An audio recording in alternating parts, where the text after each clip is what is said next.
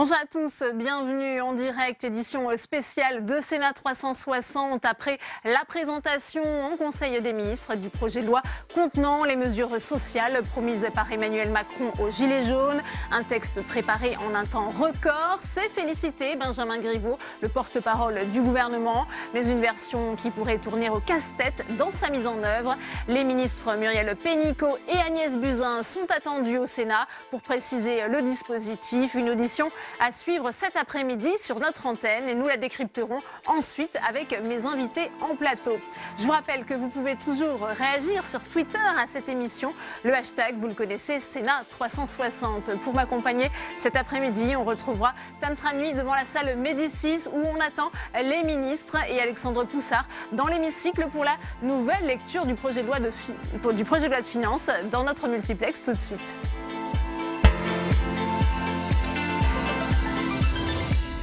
Et à urgence sociale, urgence parlementaire, je vous le disais, le projet de loi destiné à doper le pouvoir d'achat a été présenté en Conseil des ministres. Il contient 4 articles au lieu des 3 initialement prévus. On voit tout de suite le détail avec Samia Dechir. Pas de surprise, toutes les mesures étaient déjà connues.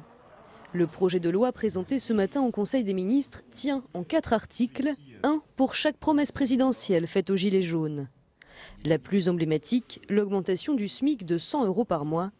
Elle passe en réalité par une revalorisation de la prime d'activité pour les salariés les plus modestes dès le 5 février prochain. On a beaucoup dit qu'il y avait des mères célibataires qui étaient présentes sur les ronds-points, qui avaient enfilé un gilet jaune. Une mère célibataire avec un enfant percevra la prime complète de 100 € jusqu'à 2 000 € de salaire. Le gouvernement reviendra également en 2019 sur l'augmentation de la CSG pour les retraites inférieures à 2 000 €, une mesure à 1,5 milliard d'euros. Autre coup de pouce sur le pouvoir d'achat des salariés et fonctionnaires, les heures supplémentaires. Elles seront exonérées de cotisations sociales et d'impôts sur le revenu à partir du 1er janvier prochain. Par exemple, un salarié rémunéré 1 500 € net et réalisant un nombre d'heures supplémentaires égal à la moyenne observée dans le pays obtiendra un gain de pouvoir d'achat annuel d'environ 500 €. Enfin, seront aussi exonérées de charges sociales et d'impôts sur le revenu les primes exceptionnelles, jusqu'à 1 000 €, que les entreprises sont invitées à verser d'ici le 31 mars 2019 à leurs salariés rémunérés jusqu'à 3 600 € par mois. On va tout de suite retrouver Tam Tranui devant la salle Médicis où les ministres Muriel Pénicaud et Agnès Buzyn vont être auditionnés dans un instant. Tam, c'est une course contre la montre pour le gouvernement, on le disait, qui a présenté son projet de loi ce matin en Conseil des ministres. Un vote est attendu demain à l'Assemblée nationale et avant d'être voté certainement vendredi au Sénat. Oui, d'ailleurs je précise que les ministres Muriel Pénicaud et Agnès Buzyn ont déjà fait leur rentrée dans la salle Médicis, non loin de moi, où va se dérouler cette audition. Alors vous le disiez, ce texte doit être débattu en 4e vitesse et l'examen devrait être plutôt une formalité à l'Assemblée nationale comme au Sénat. Au Sénat, la droite et le centre majoritaire ont déjà annoncé leur volonté de voter ce texte conforme, c'est-à-dire sans en changer un iota par rapport à la version de l'Assemblée nationale qui ne devrait elle-même pas amender le projet de loi du gouvernement. Vous l'avez dit, l'objectif, c'est d'aller le plus vite possible, de clore l'examen de ce projet de loi avant la suspension de Noël. Au-delà des raisons pratiques, personne ne souhaite donner l'impression qu'il s'oppose à ces mesures sociales, même si certains estiment, notamment au Sénat, que c'est insuffisant ou que cela aurait dû arriver bien plus tôt. Notez qu'au Sénat, les groupes de gauche, eux, vont s'abstenir, qu'il s'agisse des communistes ou des socialistes. Alors à quoi s'attendre dans un instant dans cette salle Médicis? Pas forcément à des échanges pour autant sereins, car il y a beaucoup de sénateurs qui ne vont pas se priver de souligner les erreurs de l'exécutif. Par exemple, sur la CSG pour les retraités, un sujet sur lequel la majorité sénatoriale est vent debout, elle qui réclame le retour de l'indexation des retraites sur l'inflation. À noter enfin que cette audition se passe devant la commission des affaires sociales, mais la commission des finances n'a pas dit son dernier mot. Elle qui vient d'ailleurs de rejeter dans l'hémicycle le budget 2019 débattu en nouvelle lecture, a souligné que les équilibres budgétaires ont été complètement bouleversés par les annonces sociales d'Emmanuel Macron et qu'il reste donc un sujet encore très houleux où trouver les économies pour financer le projet de loi Gilets jaunes. Réponse a priori seulement dans quelques semaines. Merci à vous, Tam, pour toutes ces précisions. Alors, faire pour après défaire, le gouvernement nage-t-il en pleine confusion? Pressé de donner des gages au mouvement des Gilets jaunes, il commet des impairs. Hier, en 4 heures, l'exécutif a supprimé puis rétabli l'extension du chèque énergie. Jérôme Rabier. Un gouvernement qui, en moins de 4 heures, annule puis rétablit des mesures d'accompagnement pour répondre à la crise des Gilets jaunes. Une aubaine pour les oppositions qui ne se sont pas privés de critiquer ce revirement express au sommet de l'État. Le moins qu'on puisse dire, c'est que ce gouvernement d'experts et d'économistes qu'on nous avait vendu fait preuve d'un amateurisme absolument total. Des décisions annulées, remises sur la table, tout ça pendant que nous siégeons à l'Assemblée. Et on suit ça sur nos smartphones. On a le droit à un grand cafouillage. C'est d'abord un vent de panique à tous les étages. À l'Élysée, à Matignon, à l'Assemblée avec les parlementaires. Tout le monde bouge au gré du vent. Il n'y a plus de ligne. Une unanimité qui avait même gagné les rangs de la majorité hier. Plusieurs parlementaires La République En Marche, comme Mathieu Orphelin, ont publiquement dénoncé une vraie erreur, provoquant le rétropédalage des services du Premier ministre. Depuis, personne n'a eu d'explication sur les coulisses de ce revirement. Le sujet n'aurait même pas été évoqué par Emmanuel Macron ce matin en Conseil des ministres. Le porte-parole du gouvernement a tout de même tenté un trait d'humour pour expliquer la situation. Une annulation, c'est donc moins plus moins, ça fait plus. Et donc, c'eût été une mauvaise décision. Et la bonne nouvelle, c'est que nous ne la prenons pas. Et il n'est pas revenu sur ce sujet-là dans le cadre du Conseil des ministres. Nous avons acté des décisions au mois de novembre. Ces décisions sont prises et nous n'y reviendrons pas. L'une des raisons de cet épisode est sans doute la précipitation dans laquelle se bouclent les discussions sur le budget. Un budget profondément modifié par les mesures pour répondre aux Gilets jaunes. Alors, la présentation de ce projet de loi en Conseil des ministres et les auditions qui sont à suivre en direct cet après-midi des ministres Muriel Pénicaud et Agnès Buzyn intervient dans un contexte particulier puisque le Sénat vient de rejeter en nouvelle lecture le projet de loi de finances. Pour en parler, on va d'ailleurs retrouver Alexandre Poussard qui a suivi pour nous les débats depuis la tribune de presse de l'hémicycle. Alexandre, c'est à vous. Oui, Delphine, les sénateurs ont refusé d'examiner une seconde fois un budget qui a été court-circuité par toutes ces mesures annoncées en réaction au mouvement des Gilets jaunes. Et rappelez-vous, c'est le Sénat qui a le premier annulé la hausse des taxes sur les carburants dans le cadre de ce projet de loi de finances 2019, à l'époque contre l'avis du gouvernement. Et puis le gouvernement a changé de position avant de suivre finalement l'avis des sénateurs. Et puis depuis, il y a eu ce projet de loi spécial pour le pouvoir d'achat des Français en réaction au mouvement des Gilets jaunes, un projet de loi qui va rajouter des milliards d'euros de dépenses supplémentaires. Et pour la droite sénatoriale, il ne sert donc à rien d'examiner ce budget 2019 avant ce projet de loi de mesures d'urgence. Et puis, une fois que ces mesures d'urgence vont être adoptées, il faudra trouver des financements et le gouvernement pourrait choisir de baisser les dépenses publiques et les budgets de certains ministères. Mais pour la gauche du Sénat, il faut aussi demander un effort exceptionnel au grand groupe. Et le sénateur socialiste Claude Raynal a rappelé que le gouvernement avait déjà demandé un effort exceptionnel au grand groupe l'année dernière pour rembourser la taxe sur les dividendes qui avait été déclarée illégale par l'Union européenne. Et donc le gouvernement pourrait une nouvelle fois demander un effort au grand groupe pour participer à ces mesures d'urgence pour le pouvoir d'achat des Français. Merci à vous, Alexandre. Alors tout de suite, on prend la direction de la salle Médicis pour suivre en direct sur notre antenne l'audition de Muriel Pénicaud et d'Agnès Buzyn. C'est René-Paul Savary, sénateur LR et vice-président de la Commission des affaires sociales qui s'exprime. On l'écoute tout de suite. Qui conduisent le Parlement, alors que les textes financiers ne sont pas encore promulgués, ni même pour ce qui concerne le projet de loi de finances encore adopté définitivement, a adopté dans l'urgence, sans grande marge de manœuvre, un train de mesures peu claires réparties sur plusieurs textes et pour le moins évolutives, si l'on en croit la journée d'hier. Nous attendons donc que vous apportiez ici des précisions sur le détail de ces mesures ainsi que sur leur impact sur les ménages et sur les finances publiques, en particulier sur les finances sociales qui nous préoccupent plus spécifiquement de cette commission. En ce qui concerne la prime d'activité, le paramétrage relève très largement du pouvoir réglementaire. L'Assemblée nationale a prévu 2 milliards d'euros supplémentaires au PLF 2019, nous voulons le voir, en plus des 600 millions d'euros qui avaient déjà été adoptés par le Sénat en deuxième délibération la semaine dernière. La prime d'activité n'est présente dans le texte que sous la forme d'un rapport au Parlement. Nous souhaiterions donc que vous puissiez détailler les intentions du gouvernement en ce qui concerne l'impact que vous en attendez. Quels sont les objectifs que vous assignez désormais à cet outil? Quelle articulation avec la lutte contre la pauvreté? Donc je vous laisse la parole pour un propos liminaire avant que le rapporteur général vous pose quelques questions, ainsi que l'ensemble des commissaires qui le souhaitent, comme il est de tradition.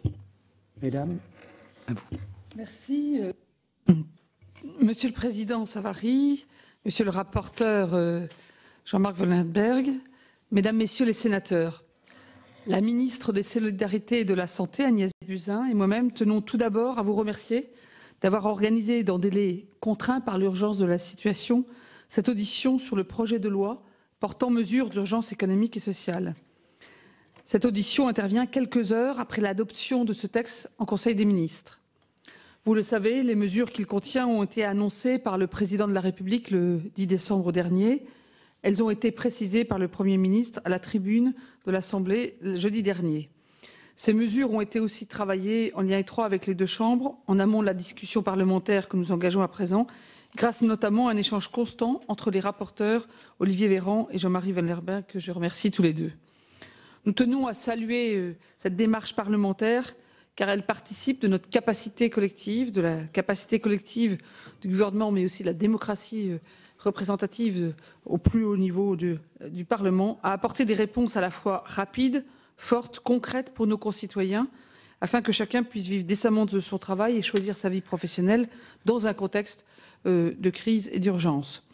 C'est précisément cette capacité collective à concrétiser une société de l'émancipation sociale par le travail et l'éducation, qui rompt avec les droits formels, avec le déterminisme de naissance ou géographique qui est questionné aujourd'hui. Même si nos réformes structurelles que nous avons engagées depuis 18 mois vont profondément dans ce sens, de la transformation de notre modèle économique et social, de l'émancipation, de l'augmentation de l'émancipation sociale, conformément aux engagements pris par le Président de la République devant les Français, et manifestés à travers les réformes du Code du travail, de l'apprentissage, de la formation et des compétences. Malgré ça, on voit bien que l'urgence de la situation, c'est qu'il faut pouvoir accélérer et amplifier pour que les bénéfices en soient perceptibles, visibles et concrets pour nos concitoyens plus rapidement, notamment les travailleurs les plus modestes. Notre cap, stimuler la croissance, la rendre riche en emploi, inclusive, pour que chacun puisse avoir la capacité de ne pas simplement subir, mais plutôt de choisir son chemin dans un monde en mutation profonde. Ces transformations, je l'ai dit, parce qu'elles sont d'une ampleur inédite et pluridimensionnelle, nécessitent du temps pour avoir leur plein effet. Mais nos concitoyens n'ont pas tous du temps. Certains, qui beaucoup même, qui travaillent ou qui ont travaillé toute leur vie, ont un horizon beaucoup plus court, parce que leur pouvoir d'achat, leurs revenus liés au travail ou leurs autres revenus sont limités et ne leur permettent pas, comme ils disent, de boucler les fins de mois avec sérénité. Et évidemment, leur inquiétude est d'autant plus grande pour leurs enfants et leurs petits-enfants. Alors je crois que nous pouvons reconnaître tous ici que la situation ne date pas d'aujourd'hui, mais ce désespoir des vies empêchées s'est clairement exprimé depuis plus d'un mois par une colère puissante, une souffrance exprimée aussi, matérialisée par le mouvement des Gilets jaunes et je dirais plus largement par le soutien large qu'ils ont pu avoir dans la population. Apporter des réponses rapides, c'est la condition d'un apaisement. C'est l'objet des mesures de ce projet de loi d'urgence économique et sociale. Cet apaisement sera consolidé pas simplement par des mesures d'urgence, mais aussi en régénérant notre bien commun le plus précieux, qui est la démocratie.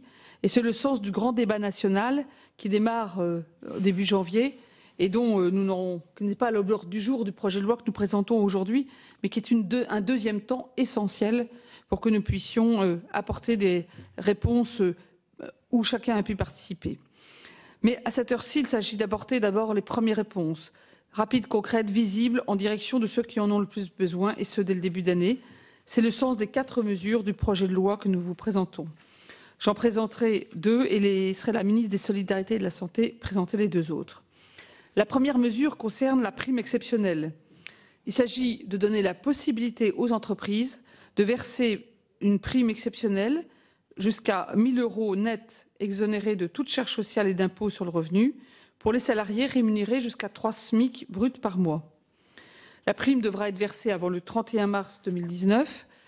L'incitation est puissante puisque par rapport à ce qui a prévalu précédemment, c'est la première fois qu'une prime exceptionnelle prévoit qu'il n'y ait zéro charge patronale, zéro charge salariale, zéro impôt, y compris CSG et CRDS.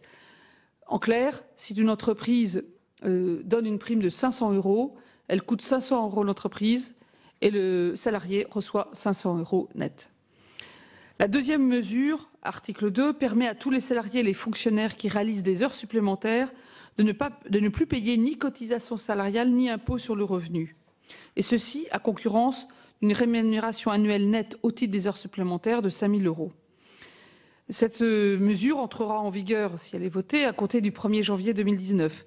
Comme vous le savez, une mesure était déjà prévue dans le projet de loi de financement de la sécurité sociale pour 2019, mais elle est avancée dans le temps, au 1er janvier, et par ailleurs élargie quant à son périmètre, car elle ne concerne plus simplement les cotisations salariales, mais également l'impôt sur le revenu. Le gain de pouvoir d'achat dépend de la rémunération et du niveau d'imposition des salariés, mais à titre d'exemple, la mesure permettra un gain de pouvoir d'achat annuel d'environ 500 €, 235 pour le volet social, 265 pour le volet fiscal, pour un salarié qui réalise en moyenne 2 heures supplémentaires par semaine et rémunéré 1 500 € net. Les 2 heures supplémentaires étant la moyenne des heures supplémentaires constatées. Bien, la troisième mesure concerne la hausse de la CSG pour les pensionnés. Vous le savez, la hausse de la CSG intervenue en janvier 2018 a été perçue de façon injuste et souvent difficile à supporter pour les personnes retraitées, même s'il faut le rappeler, nous avions pour 40% des retraités les plus modestes épargné évidemment cette hausse de la CSG. Dans le projet de loi que nous vous proposons, nous rétablissons à compter du 1er janvier 2019 le taux de CSG à 6,6% pour la moitié des retraités qui avaient supporté la hausse de la CSG de 1,7 point l'année dernière. Ce sont donc 3,8 millions de foyers, soit 5 millions de retraités, qui vont concrètement bénéficier de cette disposition.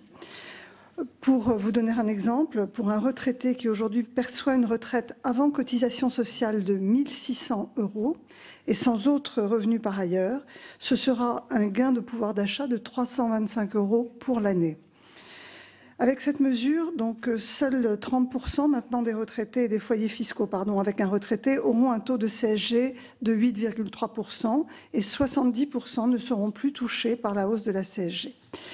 Compte tenu des délais nécessaires pour modifier les systèmes d'information, la baisse du taux de CSG ne pourra pas être appliquée pour le 1er janvier, mais le trop prélevé à partir du 1er janvier donnera lieu à un remboursement dès la mise en place de la réforme et sans doute pour le mois de mai prochain. Même si le projet de loi mentionne la date butoir du 1er juillet, je dirais que nous mettons tout en œuvre pour obtenir ce remboursement au mois de mai, voire peut-être même au mois d'avril. Le 4e article concerne la prime d'activité et même si le projet de loi n'en traite qu'indirectement à l'article 4 via un rapport que le gouvernement remettra au Parlement, je souhaite vous expliquer quel a été notre choix et pourquoi ce choix sur la prime d'activité afin de s'assurer que les personnes qui touchent aujourd'hui le SMIC pourraient voir leur revenu augmenter de 100 €. La prime d'activité existe depuis le 1er janvier 2016. Elle est bien connue, elle a fait ses preuves. Son taux de recours actuel, au bout de 2 ans, est de 80%, ce qui est assez remarquable pour une prestation quérable. Et c'est notamment grâce au fait que 90% des demandes se font en ligne. Beaucoup de jeunes, beaucoup de femmes en situation de monoparentalité en bénéficient et elle a notamment permis de faire reculer le taux de pauvreté dans notre pays et elle a fait reculer également les trappes à inactivité. Elle est vraiment ciblée sur les foyers modestes, entre 0,5 et 1,2 SMIC actuellement, et bien mieux que ce que faisait l'ancienne prime pour l'emploi. Donc la décision que nous avons prise, c'est d'élargir l'assiette des bénéficiaires de cette prime d'activité pour aller au-delà de 1,2 SMIC et élargir également le plafond de ressources du foyer de façon à ce que plus de personnes puissent en bénéficier. Donc nous avons fait un choix qui est le suivant, c'est le bonus individuel de la prime d'activité qui va être augmenté de 90 €. Je vous rappelle que dans le PLFSS, nous avions acté 30 € d'augmentation, donc nous passons à 90 €. Cela permet concrètement de toucher tous les travailleurs rémunérés au SMIC ou un peu plus, qui vivent au sein de foyers modestes, qui vivent autour du SMIC. Nous avons évidemment sciemment décidé de ne pas verser ces 100 € du budget de l'État pour des salariés au SMIC, mais qui vivent dans des foyers appartenant aux 3 derniers déciles, c'est-à-dire touchant plus de 5 000 € de revenus par mois, sachant que ça représente près de 1,2 million de salariés au SMIC aujourd'hui, dont 300 000 qui vivent dans des foyers au-delà de 10 000 € par mois. Il nous semblait que ça n'était pas une mesure de justice sociale et donc nous avons préféré passer par la prime d'activité en élargissant le nombre de familles bénéficiaires. L'autre intérêt de la prime d'activité, c'est qu'elle permet de toucher également les travailleurs indépendants, les agriculteurs et les agents publics, les fonctionnaires, qui sont concernés par la prime d'activité, ce qui n'était pas le cas des autres mesures possibles. Donc, avec l'augmentation légale du SMIC qui vient d'être signée par Madame la ministre et qui est prévue le 1er janvier 2019, et avec les 90 € de prime d'activité supplémentaire, cela fera au total 100 € de revenus supplémentaires perçus dès le 5 février prochain pour ceux qui touchent d'ores et déjà la prime d'activité, sans qu'il n'ait aucune formalité supplémentaire à faire. Cela représente 5,6 millions de personnes aujourd'hui, 2,8 millions de foyers. Concrètement, la mesure qui élargit l'assiette et le plafond permettant le point de sortie de la prime d'activité sera pris par décret. 2 millions de personnes supplémentaires vont être bénéficiaires de cette nouvelle prime d'activité élargie grâce à cette revalorisation. Et donc, parmi tous les choix possibles, c'est d'une part le plus facile à mettre en œuvre. Si les personnes remplissent leur dossier avant le 25 janvier, elles pourront bénéficier de la prime d'activité dès le 5 février prochain. Et puis, c'est nettement le plus juste en termes de gain de pouvoir d'achat pour des familles modestes, parce que cela tient compte de la situation familiale, notamment monoparentalité, nombre d'enfants et des revenus du foyer. Vous pouvez compter sur moi pour que le réseau des caisses d'allocation familiale soit suffisamment mobilisé pour mettre en œuvre cette réforme dans les délais impartis. Par ailleurs, la totalité des mesures que nous vous présentons représente, que ce soit en termes d'allègement de cotisations ou d'impôts ou en dépenses supplémentaires, un montant global de 10 milliards d'euros supplémentaires pour ce gain de pouvoir d'achat autour des salariés les plus modestes. Je vous remercie.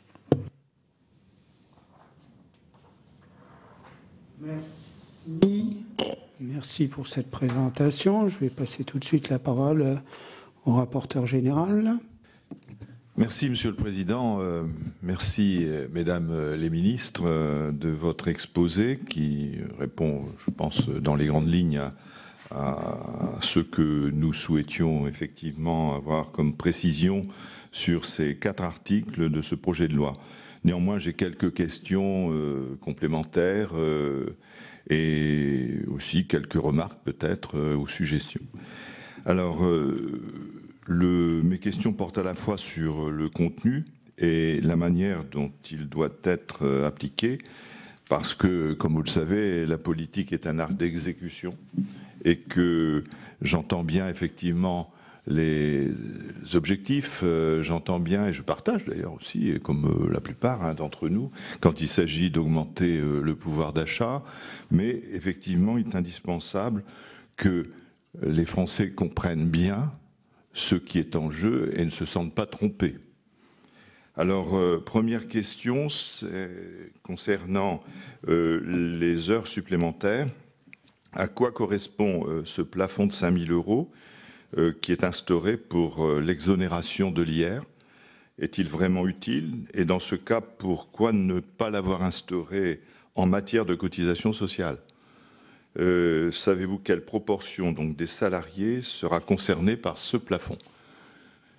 Je sais qu'on a fait état d'abus par le passé de la part de certaines entreprises qui transformaient des primes en heures supplémentaires pour bénéficier du bonus. Mais enfin, j'aimerais avoir effectivement quelques précisions à ce sujet. Deuxièmement, le président a annoncé que pour les retraités qui touchent moins de 2 000 euros par mois, je reprends ces paroles, nous annulerons en 2019 la hausse de CSG subie cette année. Je précise, tous les mots ont l'importance, évidemment, quand ils sont prononcés par le président de la République, et par vous-même, bien entendu, aussi. De fait, l'article 3 propose d'instaurer une nouvelle tranche de CSG à 6,6% sur les pensions de retraite. Comme le critère est le revenu fiscal de référence du foyer, ce qui n'est pas très lisible en soi, pouvez-vous nous préciser à quel montant mensuel de revenu net ce plafond de RFR correspond pour une personne seule et pour un couple, en distinguant les personnes âgées, si vous le pouvez, de moins ou de plus de 65 ans qui n'ont pas les mêmes abattements pour le calcul du revenu fiscal de référence. Troisième question, je ne reposerai pas je pense que vous avez à préciser sur la CSG, donc je ne crois pas utile effectivement d'y revenir au moins pour l'instant. Je me contenterai de vous poser une question sur le point 4, l'article 4, pardon, qui correspond à l'annonce du président qui avait dit que le salaire, je le cite, d'un travailleur au SMIC augmenterait de 100 euros par mois dès 2019 sans qu'il en coûte 1 euro de plus pour l'employeur. Je reprends en fait les propos que vous venez d'ailleurs d'exprimer. Comme l'indique cet article, qui est sous la forme d'ailleurs d'une demande de rapport, cette annonce se traduira par une revalorisation exceptionnelle de la prime d'activité. J'en comprends le sens, je ne suis pas sûr que tout le monde s'en sera satisfait. Mais ce que je constate, c'est que ça ne concernera donc pas toutes les personnes qui sont au SMIC. Alors dès lors, quelle proportion précise de ces personnes seront véritablement concernées par cette augmentation? Et comment améliorer très vite? C'est une question centrale, ça, le taux de recours à cette prestation. Vous avez dit, Madame la Ministre, qu'actuellement, il y avait 80%. J'avais un chiffre un peu plus bas, on citait plutôt 75%. Ça progresse, tant mieux. Comment arriver au 100%? Comment faire en sorte que tous ceux qui y ont droit puissent effectivement avoir recours et bénéficier de cette prime d'activité? C'est là Alors l'idéal, ça serait d'aller vers un caractère automatique. C'est peut-être un peu compliqué à faire, mais je crois que la caisse d'allocation familiale dispose de toutes les données, aussi bien de revenus que de composition de la famille, et donc à même, en tous les cas, d'alerter les familles qui sont en droit de faire valoir effectivement la possibilité de toucher cette prime d'activité. Donc je crois que, comme je le disais tout à l'heure, tout est dans l'art de l'exécution et il me paraît indispensable que les caisses d'allocation familiale puissent jouer un rôle, et elles ont un rôle essentiel à jouer dans ce domaine. Je pense aussi que les maires, à travers les CCAS, les départements, à travers les assistantes sociales, peuvent jouer un rôle aussi pour les familles qu'elles suivent, en les alertant de la possibilité, effectivement, ce que je crois d'ailleurs pour les départements, c'est fait, pour les CCAS en général aussi, les travailleurs sociaux le font, mais je crois qu'il est bon de repréciser les modalités qui ont changé. Dernière question. Enfin, des mesures engendreront, évidemment, toutes ces mesures engendreront une perte de recettes d'environ 3 milliards d'euros pour les administrations de sécurité sociale. Est-ce que vous pouvez nous confirmer ce chiffre? Et par ailleurs, au vu de que la règle de compensation existe, toujours, c'est la loi Veil de 1993, et vu que nous ne nous situons pas dans le cadre du PLFSS, tout au moins du dernier PLFSS, toutes les pertes de recettes que nous sommes invités à voter devraient normalement, juridiquement, du fait des dispositions effectivement de cette loi, être compensées à la sécurité sociale. Est-ce que vous pouvez nous le confirmer, que ce sera bien le cas? Et devrions-nous attendre, je ne l'espère pas, des mesures de non-compensation dans le prochain PLFSS, comme on a vu effectivement cela dans le dernier PLFSS de celui de 2019. Voilà. Donc j'en ai terminé avec ces questions, mesdames les ministres.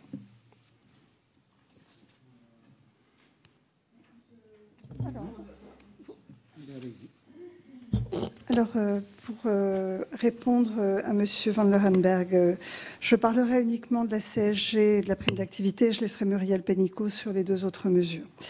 Donc, effectivement, sur le revenu fiscal de référence qui va s'appliquer pour ce taux réduit, ce taux intermédiaire à 6,6%, cela représente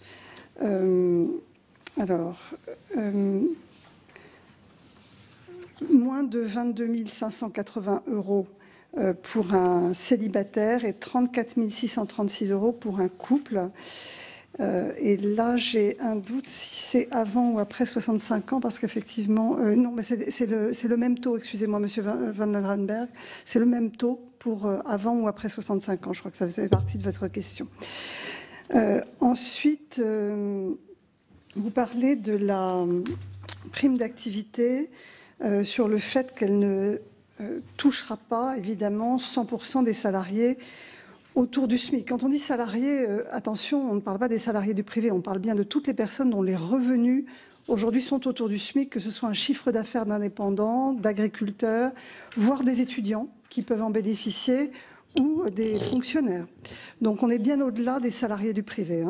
Donc toutes ces personnes qui vivent avec un revenu autour du SMIC et concernées par la prime d'activité, si l'on tient compte du revenu du foyer, du nombre d'enfants, ça représente 55% des gens qui aujourd'hui touchent, vivent autour du SMIC. Donc vraiment autour du SMIC.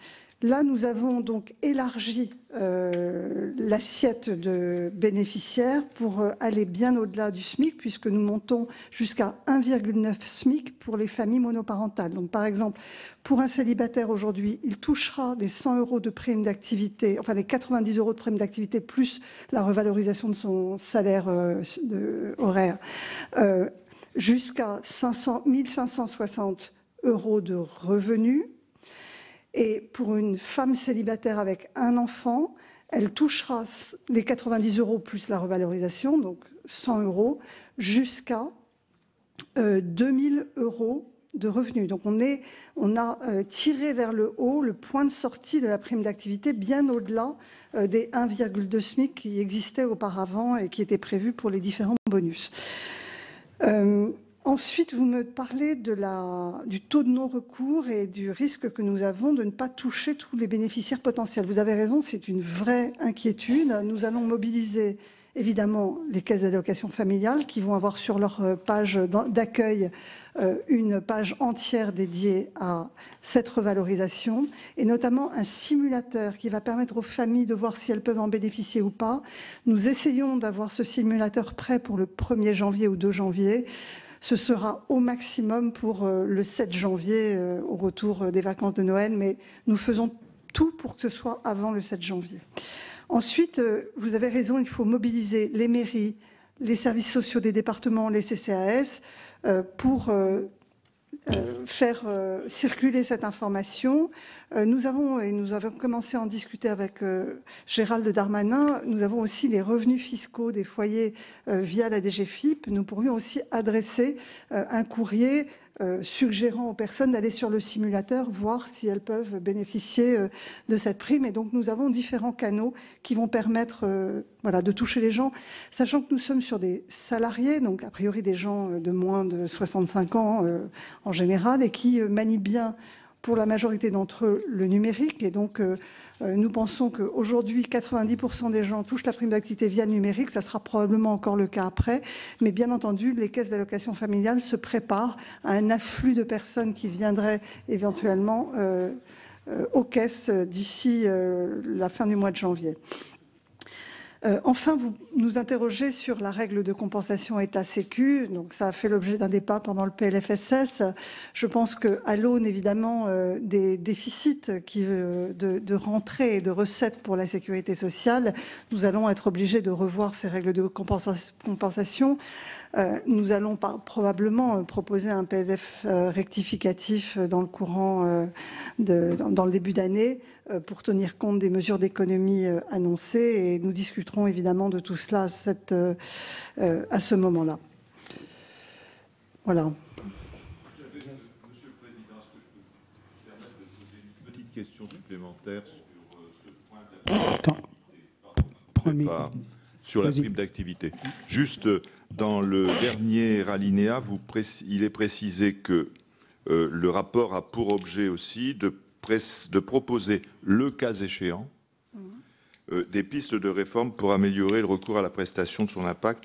Alors, je voudrais savoir pourquoi le cas échéant, parce que c'est très restrictif, ou alors il y a une raison cachée. Non, c'est sur l'automaticité. En réalité, c'est vrai qu'on questionne énormément la capacité que nous aurions à verser de façon automatique cette prime d'activité sans que les personnes aient à remplir de façon trimestrielle leurs revenus. Ce qui alourdit, même si c'est simple via le numérique, mais ça alourdit le recours à la prestation. Cela nécessite de connaître le revenu de l'ensemble de la famille, ainsi que la composition de la famille. Et nous sommes en train de travailler sur un croisement des bases ressources. La Caisse d'allocation familiale essaye de moderniser ces bases ressources pour qu'elles soient plus contemporaines. Vous le savez, nous en avons discuté lors du PLFSS.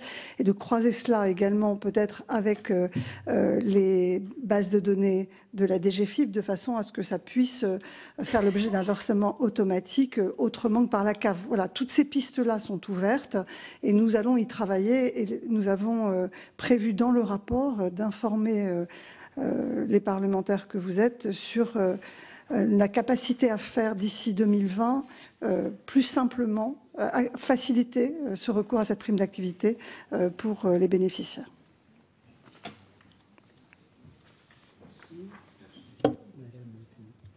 Oui, en ce qui concerne les heures supplémentaires, alors pourquoi un plafond ? L'exonération de charges sociales et d'impôts sur les heures supplémentaires, comme vous savez, a déjà existé, a été supprimée. Dans les critiques qui avaient pu être faites, il y avait effectivement la critique d'un détournement ou d'un effet d'aubaine sur des salaires plus élevés. Clairement, les heures supplémentaires visent avant tout les ouvriers, les employés et les premiers niveaux de cadre et l'exonération leur permet d'augmenter leur pouvoir d'achat tout en entrant dans une logique, je dirais, contractuelle négociée dans l'entreprise. On avait observé il y a quelques années que dans certaines entreprises, un certain nombre de cadres moyens, voire supérieurs, tout d'un coup n'étaient plus au forfait jour, mais revenaient au forfait heure pour que leur prime individuelle, qu'ils ont par ailleurs dans leur rémunération, puisse être en partie exonérée de charges et d'impôts. Évidemment, tout ça, c'est un effort de la solidarité nationale, c'est un effort de justice sociale. Ce n'est pas fait pour encourager ce genre de choses. Alors, le plafond est assez haut, parce que 5 000 € de gains d'heures supplémentaires, on l'a mis suffisamment haut pour être sûr qu'il ne pénalise jamais les ouvriers, les employés et les premiers niveaux de cadre. Mais il donne un signal clair, c'est qu'il y a un certain degré où il y aura contrôle et requalification possible. Aujourd'hui, on estime à peu près 9 millions les personnes susceptibles de faire des heures supplémentaires dans le secteur privé, c'est-à-dire un salarié sur deux. C'est très important et ce sera une mesure qui aura donc un impact très important en termes de pouvoir d'achat. Voilà ce que je pouvais dire sur ce sujet. Avant de passer la parole à mes collègues, une question également technique concernant la prime de 1 000 € sans charge et défiscalisée. Est-ce qui va être versée par l'employeur, celle-là, avec le prélèvement à la source, est-ce qu'elle ne veut pas être quand même soumise au taux de référence de la personne? Et est-ce que vous ne serez pas obligé d'adopter le même principe que pour la CSG, pour les retraités, à savoir les rembourser à partir de mai? Non, a priori, je peux dire que je vais vérifier ça comme le lait sur le feu en janvier, mais a priori, on sait, à partir du moment où la loi est votée avant que la mise en route des payes de janvier se fasse, ceux qui le font en décembre, il y aura peut-être un rectificatif à faire, mais pour les autres, ça veut dire qu'elle est immédiatement, elle entre plus dans la base imposable. Donc ça ne posera pas de problème puisqu'elle sera absolument pas imposable d'impôt sur le revenu. Les entreprises ont, comme je le disais, du 10 décembre au 31 mars pour verser cette prime. Pourquoi on a dit le 10 décembre ? Parce que c'est le 10 décembre que le président de la République a fait les annonces. Il a considéré que du coup, les entreprises qui, voulant montrer l'importance de l'urgence, dès le lendemain avaient déclaré on va faire une prime, ne soient pas pénalisées. Voilà. Mais du coup, et les salariés non plus. Ceci dit, donc du coup, à partir du moment où, si la loi est votée cette semaine, on sait d'avance, les payes de décembre sont déjà faites. Donc l'essentiel des primes vont être versées en janvier, février ou mars. Donc une fois qu'on sait à l'avance que c'est une prime qui n'est pas soumise à l'impôt sur le revenu, on peut en tenir compte tout de suite à la base. Et donc on n'a pas le problème d'avance qui est beaucoup plus compliqué puisque pour la CSG, on recrée un taux qui n'existait plus. Merci. Alors je passe la parole en premier à Madame Gruny. Merci, Monsieur le Président. Mesdames les ministres, je voulais aborder justement le sujet de la prime, pour laquelle moi je ne suis pas favorable parce que, en fait, ça crée encore une inégalité entre les salariés de petites entreprises, grandes entreprises et entreprises qui sont en bonne santé et d'autres qui ne sont pas en bonne santé. Mais bon, c'est un choix. Tant mieux pour ceux qui l'auront. Mais je dirais que ça ne répond pas forcément à ce qui était demandé. Moi, je voudrais vous demander pour quelles raisons vous bloquez ça au 31 mars et qu'on ne laisse pas la liberté, en fait, sur l'année 2019 pour que les entreprises puissent le verser. Parce que, compte tenu de la crise qu'ont subi beaucoup d'entreprises en fin d'année, enfin depuis le 17 novembre, il y a énormément de primes qui étaient versées précédemment qui n'ont pas pu l'être. Donc, je sais bien que là, vous avez dit, il ne faut pas que ce soit des primes d'une autre nature, mais en tout cas, les salariés, là, sont pénalisés dans beaucoup d'entreprises, et notamment des entreprises commerciales. En tout cas, moi, je le vois sur le terrain, et je trouve que c'est dommage parce que c'est pas sur les 3 mois qu'ils vont récupérer les résultats qu'ils ont perdus. Donc, je trouve que de donner un peu de liberté sur ça, ce serait bien. Sur la défiscalisation, bien entendu, des heures supplémentaires, on l'a réclamé, donc on est tout à fait d'accord.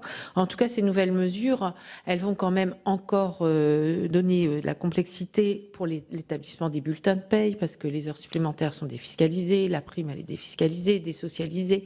Enfin, je vous raconte pas, hein, vous avez travaillé sur la simplification sur les bulletins de paye. Alors en plus, il faut écrire en gros, en gras, machin, vous recevez tel salaire, mais finalement, ce que vous allez avoir à la banque, c'est pas ça que vous aurez. Enfin, vous voyez, et puis vous avez gagné X euros, 5,20 euros de pouvoir d'achat. Enfin, c'est ça les bulletins de paye aujourd'hui. Hein. Moi, si vous n'en avez pas vu depuis longtemps, je peux vous en ramener. C'est ça. C'est épouvantable, en fait, ce qu'on impose. Mais bon, c'est tout. Sur les retraités, bon. Moi, je vais vous dire aussi que le message est pas clair parce qu'entre le message du président de la République et après ce qu'on voit derrière, parce que finalement c'est avec le revenu de référence, etc. Moi, je vais vous dire que vous allez, comme pour le SMIC, encore avoir des gens qui pensent obtenir en fait soit l'exonération de CSG, soit les 100 euros et qui ne l'auront pas. Parce que franchement, c'est une usine à gaz. Et Madame la ministre de la Santé, je vous ai écouté. J'ai l'habitude, moi, de faire énormément de calculs sur des payes et des trucs comme ça. J'ai toujours pas bien compris comment ça fait. Et demain matin, si quelqu'un vient à la porte pour savoir est-ce que je vais bénéficier de cette prime d'activité, ben je sais pas. Voilà, je vais lui demander de me ramener un tas de choses pour essayer de lui calculer. Alors le simulateur, tant mieux s'il arrive, ce sera bien. Mais en tout cas, voilà ce que je voulais vous dire sur tout ça. Et pour croiser les informations, on a quand même un outil qui a été mis en place dans les entreprises et qui, lui, a bien simplifié aujourd'hui, parce qu'après la mise en place, c'est quand même un bon outil, c'est la DSN, qui arrive directement à l'URSSAF. Donc, pour une partie, en fait, des personnes, vous avez directement les rémunérations qu'ils ont. Merci. Merci. Monsieur Lévrier. Merci Monsieur le Président, merci Mesdames les Ministres. Quelques questions peut-être un petit peu techniques concernant la prime exceptionnelle. Est-ce qu'elle devra être négociée ou discutée avec les instances représentatives du personnel? Et si oui, à quel seuil? C'est quand même important, sachant que si on veut la verser vite, par exemple au mois de décembre, et qu'on doit réunir l'ensemble des IRP, ça risque d'être compliqué de le faire très vite dans ces cas-là. Donc est-ce qu'il y a des possibilités de ne pas le faire? avec ou sans. Concernant les heures supplémentaires, une question, alors peut-être un retour d'expérience aussi, parce que vous parliez de ce problème des familles, du risque de cadre qui pouvait toucher ce genre d'heures supplémentaires. Moi, je l'ai vécu dans mon ancienne vie, où des enseignants qui avaient des heures sup, parce que beaucoup d'enseignants ont des heures sup, bénéficiaient de la défiscalisation, de la désocialisation. Et j'ai vu des agrégés gagner plus de 50 000 euros d'heures supplémentaires défiscalisées, désocialisées. Donc le plafond ne me choque pas. Question, malgré tout, ce plafond, il est en brut ou il est en net? C'est 5 000 euros brut ou 5 000 euros net? Et puis dernière question sur la prime d'activité. Là aussi, un point technique sur qui peut le toucher, qui peut ne pas le toucher quand on parle de foyer fiscal. J'ai encore un exemple dans mon ancienne vie où des épouses, c'était souvent des femmes d'officiers supérieurs, venaient dans mon établissement pour être surveillants, pour avoir quelques heures. Si on avait joué sur le SMIC et non pas sur la prime d'activité, ces personnes-là auraient touché la prime, enfin les 100 euros d'augmentation, alors que leur époux avait, le revenu fiscal de la famille était très élevé, enfin était élevé, très élevé, c'est pas le bon mot. Et ma question toute simple, c'est est-ce que les apprentis, parce qu'on n'en a pas parlé, sont concernés? A priori oui, dans ce que vous avez dit. Les apprentis sont-ils concernés? Voilà. Oui, c'est tout. Voilà, merci beaucoup. Monsieur Amiel. Oui, des questions très précises. Donc, vous avez annoncé cette revalorisation de la prime d'activité de 90 euros. 100 égale 90 plus 10. Et par ailleurs, il y avait une annonce plus globale de revalorisation sur le quinquennat de 3,9 milliards. Alors, je voudrais savoir si cette revalorisation est incluse, fait partie de ces 3,9 milliards, ou si c'est une mesure nouvelle. Ma deuxième question, on a parlé de chiffres en macro et ça a un peu fusé dans tous les sens. Est-ce que vous pouvez nous donner aussi précisément que possible le coût de l'augmentation de la prime d'activité, le coût global de l'augmentation de la prime d'activité et le coût du changement de plancher de la CSG?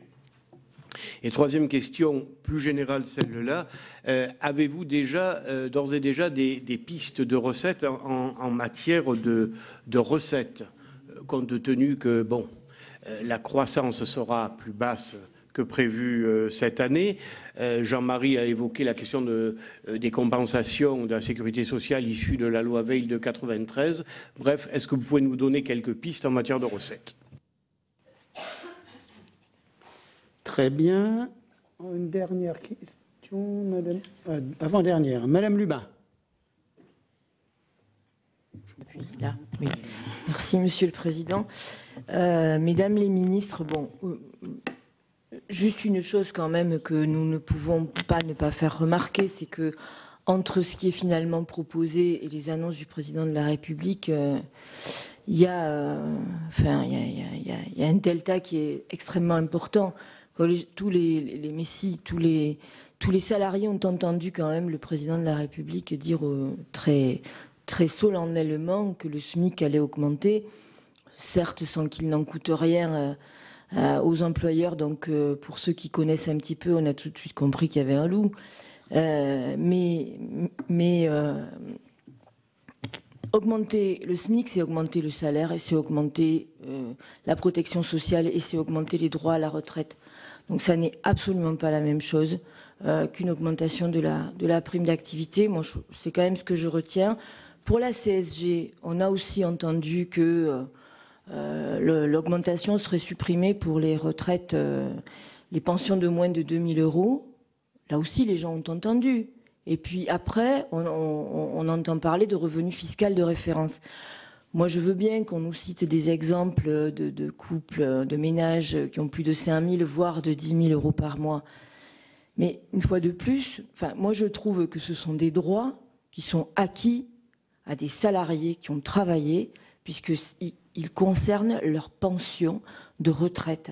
Donc, je ne comprends pas très bien pourquoi, tout d'un coup, on affilie ça en quelque sorte à un revenu fiscal de référence, d'autant que qui, une fois de plus, va être concerné? Et moi, j'ai déjà reçu des remarques, et je suis sûre que d'autres parlementaires en ont reçu, ce sont les femmes. Ce sont les femmes qui nous disent Ben oui, ben voilà, parce que moi j'ai un conjoint qui gagne plus que moi. Ben oui, ben voilà, donc moi forcément, ma pension de retraite, et je m'excuse auprès de mon collègue Monsieur Lévrier, mais l'exemple que vous avez cité, bien sûr qu'il existe, mais c'est franchement un peu caricatural, quoi. Moi je vous le dis, hein, c'est l'exemple type de madame qui va prendre quelques heures pour s'occuper... voilà, parce que son mari a un revenu important, donc elle va juste s'occuper un petit peu. Bon, et puis du coup, voilà, non. Je crois que là, quand même, il faut être un peu sérieux, il faut se garder de ce genre, parce que c'est toujours, au final, les femmes qui en font les frais, puisque dans ce pays, et j'imagine dans bien d'autres, et peut-être même que la France n'est pas la pire à ce niveau-là, les femmes gagnent encore bien moins que leur conjoint. Et je terminerai en vous disant que si au final, il s'avère nécessaire de soutenir le pouvoir d'achat des salariés par autre chose que des augmentations de salaire, c'est-à-dire par des aides, dont on remarque notamment qu'il y a peut-être des soucis par rapport au recours et ainsi de suite, eh bien, je vous invite à regarder, à étudier avec beaucoup d'attention une PPL qui arrivera à l'Assemblée nationale au mois de janvier, qui consistera à vous proposer d'expérimenter un revenu de base. Merci, Ferré. Oui, merci, Monsieur le Président. Mesdames les ministres, ma question portera sur l'article 1er et le versement proposé d'une prime exceptionnelle. Proposé, donc, je lis l'exposé des motifs. Le gouvernement le propose pour soutenir le pouvoir d'achat des ménages, proposant ainsi donc aux employeurs de verser cette prime exceptionnelle aux salariés dont la rémunération est inférieure à 3 SMIC. Et ma question est simple, j'ai presque envie de donner la réponse en même temps. Cette prime pourrait-elle être aussi accordée aux agents publics? Je ne le pense pas, puisque plusieurs organisations syndicales ont formulé cette demande, considérant à juste titre que beaucoup d'agents publics ont une rémunération aux alentours de 1 200 à 1 300 euros, particulièrement dans les catégories C. Elles sont nombreuses, que de vouloir améliorer le pouvoir d'achat des ménages, le soutenir, ça participe effectivement, je dirais, d'une démarche que l'on peut soutenir, mais bien évidemment, pour ces salariés-là, du public, eh bien, ils auraient aussi besoin d'un soutien au pouvoir d'achat, et l'État, en tant qu'employeur, pourrait être, je dirais, le premier à mettre en œuvre ce qu'il préconise auprès des entreprises du secteur privé. Donc, après cette batterie de questions, les réponses. Mesdames la ministre. Alors, sur la prime d'activité par rapport à Madame Gruny, vous m'avez posé la question de la complexité. Voilà, comme beaucoup d'entre vous, quelque part, je réponds à l'ensemble des remarques sur le fait que ça ne touchera pas 100% des personnes dont les revenus sont autour du SMIC. Ce ne sont pas forcément des gens payés au SMIC. C'est des revenus, peuvent être des indépendants qui travaillent un jour par semaine. Et donc, je le redis, d'abord, on touchait effectivement 1,2 million de personnes vivant dans des foyers avec des revenus importants, quand même des foyers, 300 000 personnes dans des foyers à plus de 10 000 euros par mois. On touchait des femmes, effectivement, qui travaillent un jour par semaine, peut-être pour arrondir leur fin de mois, mais qui n'ont pas besoin de cela pour vivre, donc ce n'est pas vital.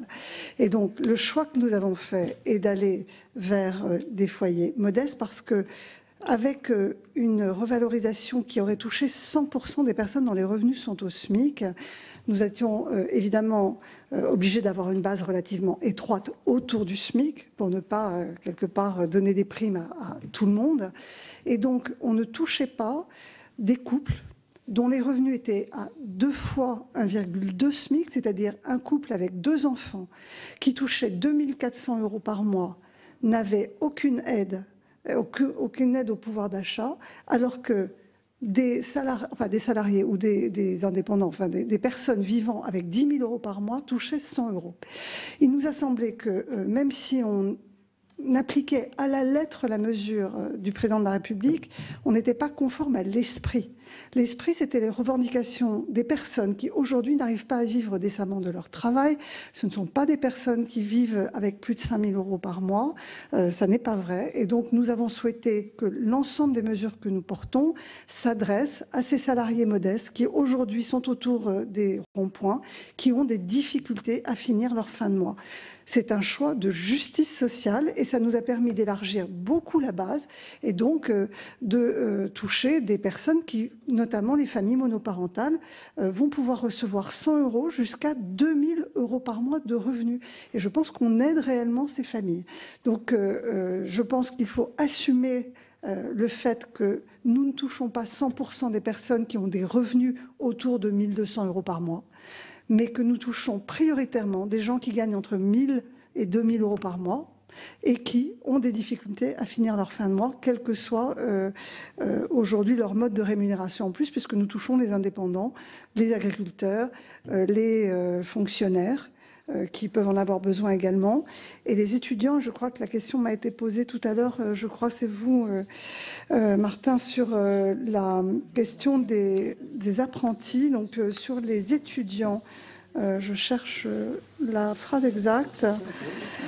Donc la prime est ouverte aux étudiants, qu'ils aient le statut d'étudiant salarié, d'apprenti ou de stagiaire, à condition qu'ils aient plus de 18 ans, ça c'est le critère de la prime d'activité, avec des conditions de revenus qui sont différentes des salariés, puisqu'il faut qu'ils perçoivent au minimum 78% du SMIC sur chacun des 3 derniers mois qui sont utilisés pour calculer la prime d'activité.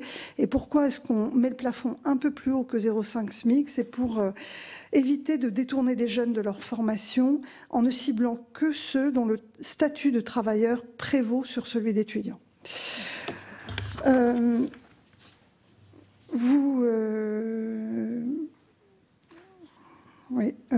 Vous avez posé la question, Martin Lévrier, de l'augmentation du SMIC et du SMIC horaire qui aurait pu être l'autre formule. Donc je pense que nous sommes tous d'accord pour dire que cette augmentation du coût du travail aurait aggravé évidemment le chômage, et donc nous avons fait un choix qui était que l'État s'engage à compléter les salaires des personnes qui sont rémunérées au SMIC.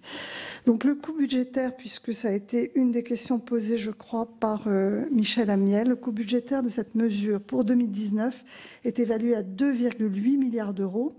Elle prend donc en compte une accélération des promesses du président et une amplification des promesses du président. Les promesses du président étaient une revalorisation de 80 € de la prime d'activité au SMIC. Nous avions déjà fait 20 € l'année dernière, il restait 60 € à franchir, nous avions prévu 30 € cette année. Donc là, à la place des 30 €, nous faisons 90 € d'un coup. Donc nous allons bien au-delà de la promesse présidentielle, mais nous élargissons également le plafond l'assiette des bénéficiaires, et donc nous touchons 2 millions de personnes supplémentaires par rapport à ce qui était prévu. Le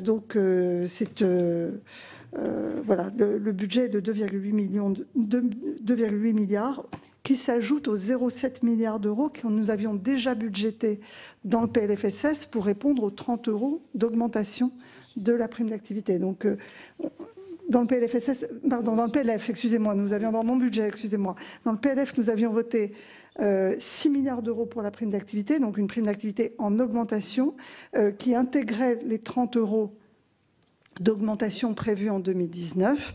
Et donc, nous augmentons évidemment ce budget de 2,8 milliards, donc de 2,1 milliards, donc 700 millions déjà intégrés, plus 2,1 milliards pour couvrir les 90 € prévus du bonus individuel.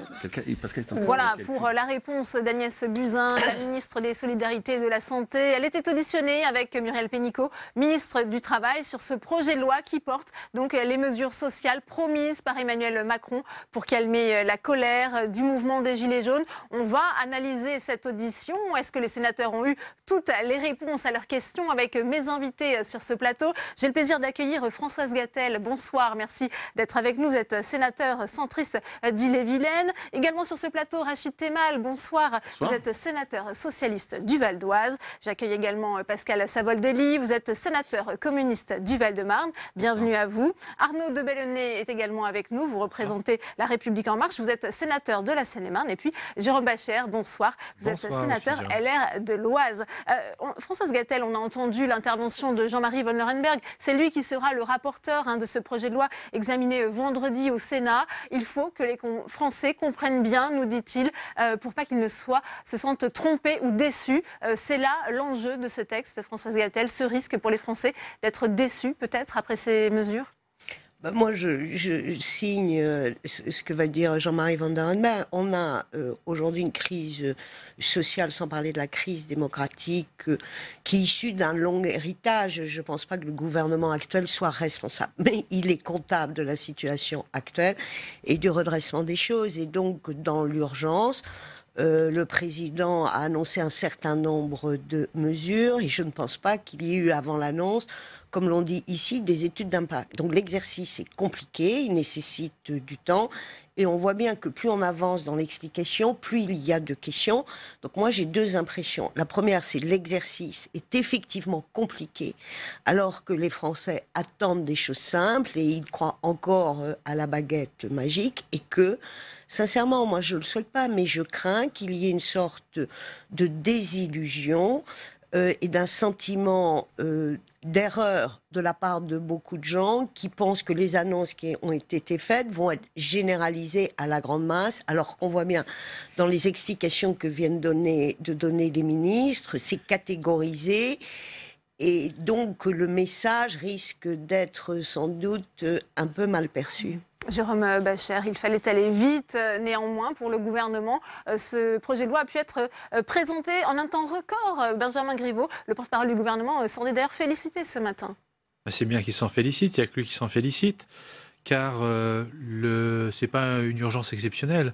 Pour ceux qui ont un peu de mémoire, lors de la grande crise financière liée à la faillite de Lehman Brothers, Conseil des ministres le lundi matin, texte publié le jeudi.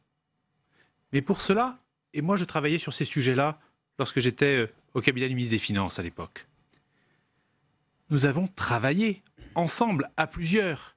Le président de la République s'est entouré pour cela, pour travailler durant le week-end. C'est pas le cas cette fois. Le président de la République a annoncé tout seul, un lundi soir, sans que son Premier ministre soit au courant. D'ailleurs, on s'aperçoit que le Premier ministre apprend les décisions du président de la République après que lui-même ait annoncé quelque chose d'autre à l'Assemblée nationale, ce qui est totalement catastrophique. On a aujourd'hui une vraie difficulté à mettre en place les mesures annoncées par le président de la République. On n'y arrive pas. On met des sous-catégories, on explique que ceux qui étaient au SMIC ne vont pas y toucher, ne vont pas finalement toucher, qu'il y aura certains, puis pas d'autres. 55% et tout cela crée énormément de confusion parce que tout a été décidé seul, parmi 3-4 personnes, sans travailler ensemble. Nous appelons à travailler ensemble et à arrêter de disperser les Français en catégories. Il faut maintenant rassembler les Français. C'est cela la crise, il faut les rassembler autour de mesures claires et arrêter de faire des sous-catégories et des choses absolument incompréhensibles. Nous voterons le texte présenté. On va y venir si vous voulez bien justement sur la position de chaque groupe parlementaire. Pascal Savoldelli, ça tourne au casse-tête la mise en place de ces mesures. Il y a pourtant urgence à donner satisfaction en matière de pouvoir d'achat. Il y a urgence, d'autant que je vais le redire là parce que je pense qu'on est dans un moment qui dure depuis longtemps, y compris avec les précédents quinquennats. On est dans une crise de l'offre politique. Et je pense que là, du point de vue du président de la République et du gouvernement, on ne voit pas en face des réalités. Je redonne ces chiffres. Le SMIC, c'est 1498,47 brut mensuel. C'est 1188 € net par mois. Alors ça va passer à 1521,22 Non, il faut qu'on parle de ça parce que ça a été voté ce matin en Conseil des ministres. Excusez-moi, voilà. Mais si on ne parle pas de ça, on ne parle pas de ce qu'est fait la société et on ne les écoute pas. Le RSA, c'est 550,93 € pour une personne. Le minimum vieillesse, c'est 634 €. Et on se rend compte que sur les pensions de retraite moyennes des femmes, c'est 1091 € brut et c'est inférieur à 42% des hommes. Ça, vous voyez, ça peut pas faire l'objet de polémiques entre nous. Ça, c'est une réalité sociale de millions de nos concitoyens et concitoyennes. Donc, les mesures d'urgence doivent répondre à ça. Elles sont insuffisantes à vous entendre. Attendez, elles sont. Mais oui, elles sont insuffisantes. Parce que écoutez, je regarde depuis de 2009 à 2016, et je le dis là à mes collègues, qui ont essayé aussi dans d'autres majorités. Les entreprises du CAC 40, elles ont distribué 67,4% de leurs bénéfices en dividendes et seulement 5,3% aux salariés. Donc vous voyez, ça fait un moment qu'il y a un hold-up économique, mais aussi institutionnel. Oui, Rachid Temal, on a d'ailleurs entendu Muriel Pénicaud, la ministre du Travail, rappeler que finalement, cette situation de désespoir qui s'est matérialisée à travers ce mouvement des Gilets jaunes ne datait pas d'aujourd'hui. Il y a aussi une responsabilité collective. Alors, il y a plusieurs choses. D'abord, j'ai bien compris que pour La République En Marche et ce gouvernement, quand ça va bien, c'est grâce à eux depuis le printemps 2017. Quand ça va mal, c'est la faute de tous les autres. Bon. Pour autant, ceux qui manifestent, c'est aussi un désaveu, enfin c'est de l'échec de ce gouvernement. Parce que je rappelle que ce texte-là, et avant d'y venir, ce texte-là quand même ne revient pas sur la baisse de pouvoir d'achat de nos compatriotes depuis 18 mois. Les retraités, ceux qui sont aux APL, etc., il n'y a rien de plus. Ils ne retrouvent pas leur pouvoir d'achat. Donc faisons pas semblant de croire qu'on revient en 2017. Sur les mesures, effectivement, il a fallu attendre 4 semaines de mouvement social pour que le président donne un sentiment un soir de bricoler quelques mesures, et qu'aujourd'hui, vous l'avez dit vous-même, 55% des gens au SMIC vont toucher, alors qu'il a annoncé que ceux qui étaient au SMIC toucheraient. Et je crois que le risque, c'est que non seulement il ne répare pas ses erreurs, et qu'en plus, il y ait pour beaucoup de Français le sentiment de s'être fait arnaquer. Alors, et puis juste, je termine sur un mot. Il y a quand même dans cette affaire-là, toujours pas d'ISF. Alors, on sait effectivement que les socialistes, non, mais c'est pas que les socialistes, sénateurs, c'est pas que les socialistes, que vous regardez par exemple les sondages, il y a 70% des Français qui disent parlementaires de gauche il faut que les déposer plus une hauts revenus proposition de loi participent. référendaire sur ce thème. Oui, on va mais en là, parler, les entreprises, on va laisser parler Arnaud de Bellay puisque sa parole est très attendue. Arnaud de Bellay. J'espère qu'il va nous expliquer. Il y a beaucoup de choses qui ont été dites, à la fois le sentiment de mesures bricolées, insuffisantes, avec cette perspective d'avoir des Français qui se sentent trompés. Que répondez-vous ? Non mais, on l'a dit, la problématique ne date pas d'hier. Les Gilets jaunes ont eu le mérite de la remettre au premier plan. Et on a un gouvernement, un exécutif national qui écoute, qui entend, qui a consulté très largement tous les présidents de groupe, tous les corps intermédiaires, et qui prend des décisions qui consistent à accélérer le calendrier de redistribution de pouvoir d'achat qui avait été initialement fixé dans le plan de réforme. Donc il y a une accélération sur le pouvoir d'achat et un peu de détente du coup sur le reste. Donc évidemment ça densifie considérablement les mesures qui doivent être prises. Donc on doit aux Gilets jaunes cette accélération, elle était nécessaire pour répondre à une crise qui est apparue et qui couvait depuis un moment. Les choses sont très simples. Quelle est la réalité ? On peut polémiquer, être un peu démagogique, mais la réalité est très simple. C'est que dès le 1er janvier 2019, il y a 10 milliards 300 millions qui sont redistribués, qui vont directement sur les comptes bancaires des Français. Alors après, il y a des modalités de mise en œuvre, c'est parfois au 5 février, etc. Ces modalités, Arnaud de Bellay, on voit bien à travers les propos. Le problème, c'est que c'est pas au 1er janvier, je suis désolé. On ne peut pas dire ça, ce n'est pas vrai. C'est très simple. Et dans cette loi, on focalise sur les problématiques de mise en œuvre de la prime d'activité. Par exemple. Pas que. Mais notamment. Les choses sont très simples. La hausse de la CSG sur les retraites pour ceux qui touchent moins de 2000 habitants est supprimée. 2000 euros 2000 euros par mois. Et pas la désindexation. Est supprimée dès le 1er janvier. Les heures supplémentaires sont défiscalisées dès le 1er janvier selon certaines conditions. La prime d'entreprise est défiscalisée. Non, mais quand ils auront des primes. Les conditions sont très claires. Et par exemple, pour la prime exceptionnelle, c'est défiscalisé jusqu'à 1000 euros quand on gagne moins de 3600 euros net par mois. Voilà. Donc, les choses sont claires. Après, sur la prime d'activité, il faut intégrer que toute personne qui vit du SMIC, et quitte à ce qu'il y ait 2 SMIC, gagne un 13e mois. Voilà. Il y a plus 100 euros. C'est très simple. Donc c'est 100%, et ensuite, 100% au SMIC. Qui vivent exclusivement du SMIC. Et ensuite, évidemment, mais si, c'est exactement ce qu'a dit le président de la République. Ensuite, évidemment, nous sommes tous autour de cette table totalement responsables. Est-ce qu'il faut donner 100 euros de deniers publics à travers cette prime d'activité à un foyer fiscal qui gagne 6, 7, 8 000, 9 000 euros par mois ? C'est pas sérieux. C'est ce qui est défendu là. Alors, c'est ce qui a été défendu en commission tout à l'heure par certains élus du Sénat. C'est pas raisonnable. Cet argent-là, il doit aller aux plus fragiles de nos concitoyens, pas aux ménages qui n'ont aucun problème financier à la fin du mois. C'est tellement évident. Oui, moi, je salue les mesures qui vont être mises en place au-delà de leur complexité. Donc, tous ceux qui en bénéficieront, entre guillemets, en ont besoin, que ce ne soit pas suffisant, c'est un vrai sujet. En même temps, je voudrais dire deux choses, chers collègues, avec beaucoup de respect et d'amitié. Moi, je trouve formidable qu'aujourd'hui, les socialistes trouvent la recette miracle pour remettre le pays en état, alors que quand même, on est sorti de quinquennat au pluriel un peu essoré. Voilà. Bon. Et qu'il ne faut pas faire rêver les gens, sincèrement, avec l'impôt sur la fortune, parce que ça semble être l'idée lumineuse. Oui. Voilà, mais le diable est dans les détails. C'était une revendication exprimée dans le mouvement des Gilets jaunes. J'entends, mais moi j'entends et je respecte profondément les gens qui sont dans cette détresse et dans ce mouvement. Maintenant, je pense qu'il faut qu'on soit tous responsables et qu'on ne laisse pas croire non plus aux gens qu'avec l'impôt sur la fortune, ils vont tous être millionnaires. Je rappelle qu'il y a des tas... Non, mais je voudrais terminer. Je dis que dans beaucoup de pays, il y a une marche arrière sur l'impôt sur la fortune parce que cet impôt n'est pas aussi efficace qu'on le pense.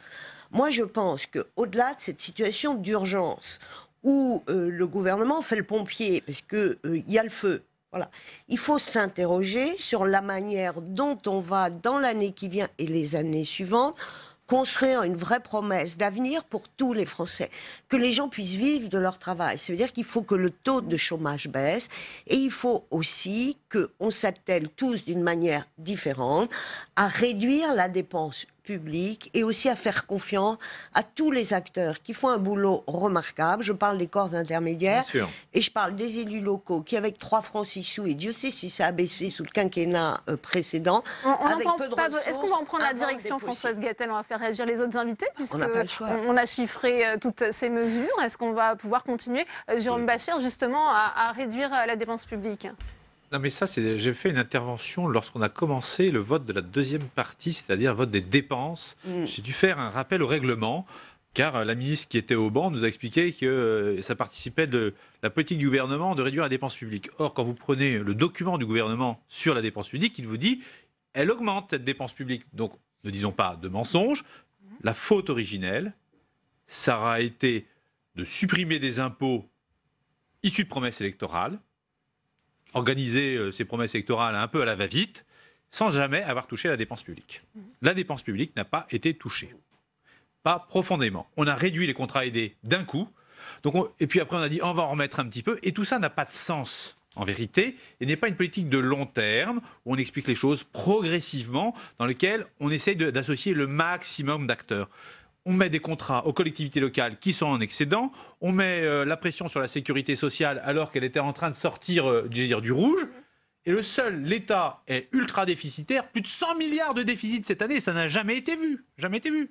Donc, dans ces circonstances-là, il y a urgence à baisser la dépense publique sur le long terme, en l'expliquant calmement. On a parfois besoin de la laisser un peu filer, cette dépense publique, si on veut financer ces mesures sociales, Pascal Savoldelli. La question, c'est pas de la laisser filer, mais c'est vrai que là, je suis dans un paysage politique, mes chers collègues, vous êtes tous pour réduire la dépense publique.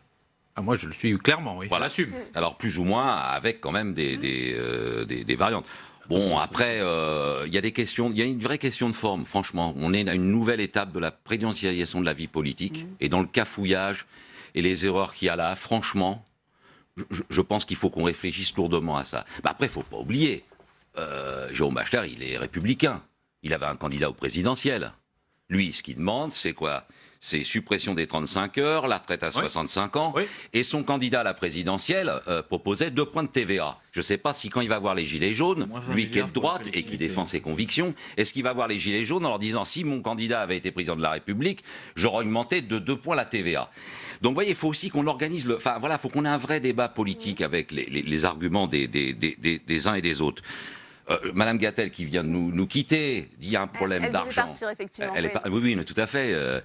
Enfin, mes collègues, il y a en dégrèvement exonération, entre l'Assemblée nationale et le Sénat, il y a eu l'exonération de 165 milliards pour les entreprises. Alors, Rachid 165 milliards. C'était aussi réagir. Donc, vous voyez, oui. ce que je veux dire, voilà, c'est quand même, il y a une possibilité et d'aide publique, puisque nous sommes aussi en Europe et dans le monde. Oui, il faudrait décortiquer la question. En Argentine, il y a une crise extraordinaire, il y a 55% de dette publique. Au Japon, il y a 255% la dette publique. Okay. Donc, vous voyez, il faut qu'on fasse attention aussi avec des... Je ne pourrais pas répondre à Mme Gatel qui est partie, mais sur l'ISF, j'ai bien compris qu'elle avait un problème. Mais quand même, depuis 18 mois, il y a effectivement des baisses d'impôts pour certains. Et on demande à tous les Français de les payer. C'est bien ça dont on parle. Parce que là, on fait semblant que tout ça n'existe pas. Donc la question de la taxation du capital et donc de l'ISF, il n'y a pas d'obligation de supprimer l'ISF. Par contre, on a dit donc aux retraités, parce que je le redis, un retraité, il va voir son revenu baisser puisqu'il aura des indexations de son allocation. Pareil pour les appels, pareil pour les fonctionnaires. Donc moi, j'entends bien le discours, mais il ne fonctionne pas. S'il y a un accord, s'il y avait chacun devait participer. Mais aujourd'hui, il y a une catégorie qui ne participe pas. C'est 1% des Français qui payaient l'ISF ou qui pourraient payer l'ISF. Donc, ce n'est pas une recette miracle. On n'est pas en train de dire on a une baguette magique. On dit juste il y a un effort qui doit être de tous les Français, alors tous les Français doivent y participer. Donc c'est ça ce qu'on propose. Et je reviens sur les mesures qui sont annoncées. Avant de poursuivre ce débat en plateau oral, vous aurez le temps de parler. On va retrouver Tan Tranui, puisque le sénateur Daniel Chassaing, sénateur Les Indépendants de la Corrèze, vient de sortir de l'audition des ministres Muriel Pénicaud et Agnès Buzyn. Est-ce qu'il est un peu plus éclairé sur les modalités de mise en œuvre de ce projet de loi, on le disait, qui sera examiné vendredi au Sénat? Oui, effectivement, Delphine, une audition qui est en train de s'achever, mais qui n'est pas tout à fait terminée, je le précise. Oui. Effectivement, Daniel Chassaing, est-ce que vous avez obtenu les éclaircissements que vous cherchez après cette audition assez courte des ministres et somme toute relativement consensuelle? Oui, donc on a bien sûr maintenant complètement les éclaircissements. Je voudrais dire que les heures supplémentaires, donc ça va être plafonné à 5 000 €, mais ça emporte quand même un gain de pouvoir d'achat important sur l'année. La prime d'activité, effectivement, les entreprises ne seront pas concernées, puisque... Et oui, c'est pas une revalorisation du SMIC, c'est bien la prime d'activité. Oui, mais je vous signale qu'actuellement, nous avons le commerce extérieur extrêmement déficitaire et que nous avons intérêt, si vous voulez, à ce que les entreprises restent compétitives.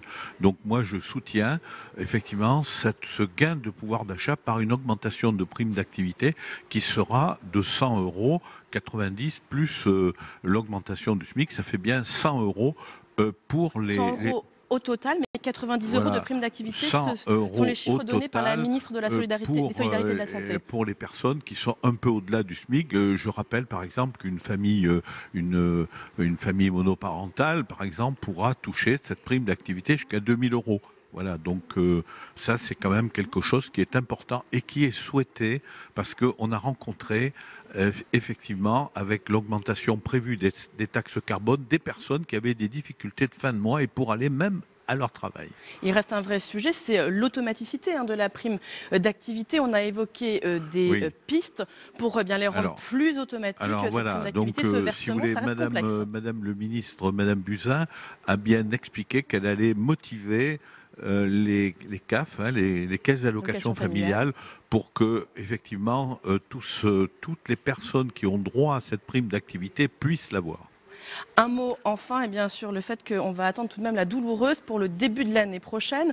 Ça va être un projet de loi de finances rectificative pour pouvoir nous dire où faire des économies pour financer ces au moins 10 milliards d'euros de mesures sociales. Bien sûr, et effectivement, ça va être moins consensuel. Certains sénateurs dont je fais partie ont demandé que effectivement l'exonération des charges des heures supplémentaires ne soit pas payé par la sécurité sociale, mais qu'il y ait une compensation de l'État vis-à-vis de la sécurité sociale. Madame Buzyn nous a indiqué que cela allait se faire au mois de janvier ou février, puisque je rappelle qu'il y avait de prévu dans le PLFSS 600 000 € d'octobre à décembre pour les heures supplémentaires qui étaient payées par la sécurité sociale, mais là c'est beaucoup plus important puisque c'est à partir du 1er janvier.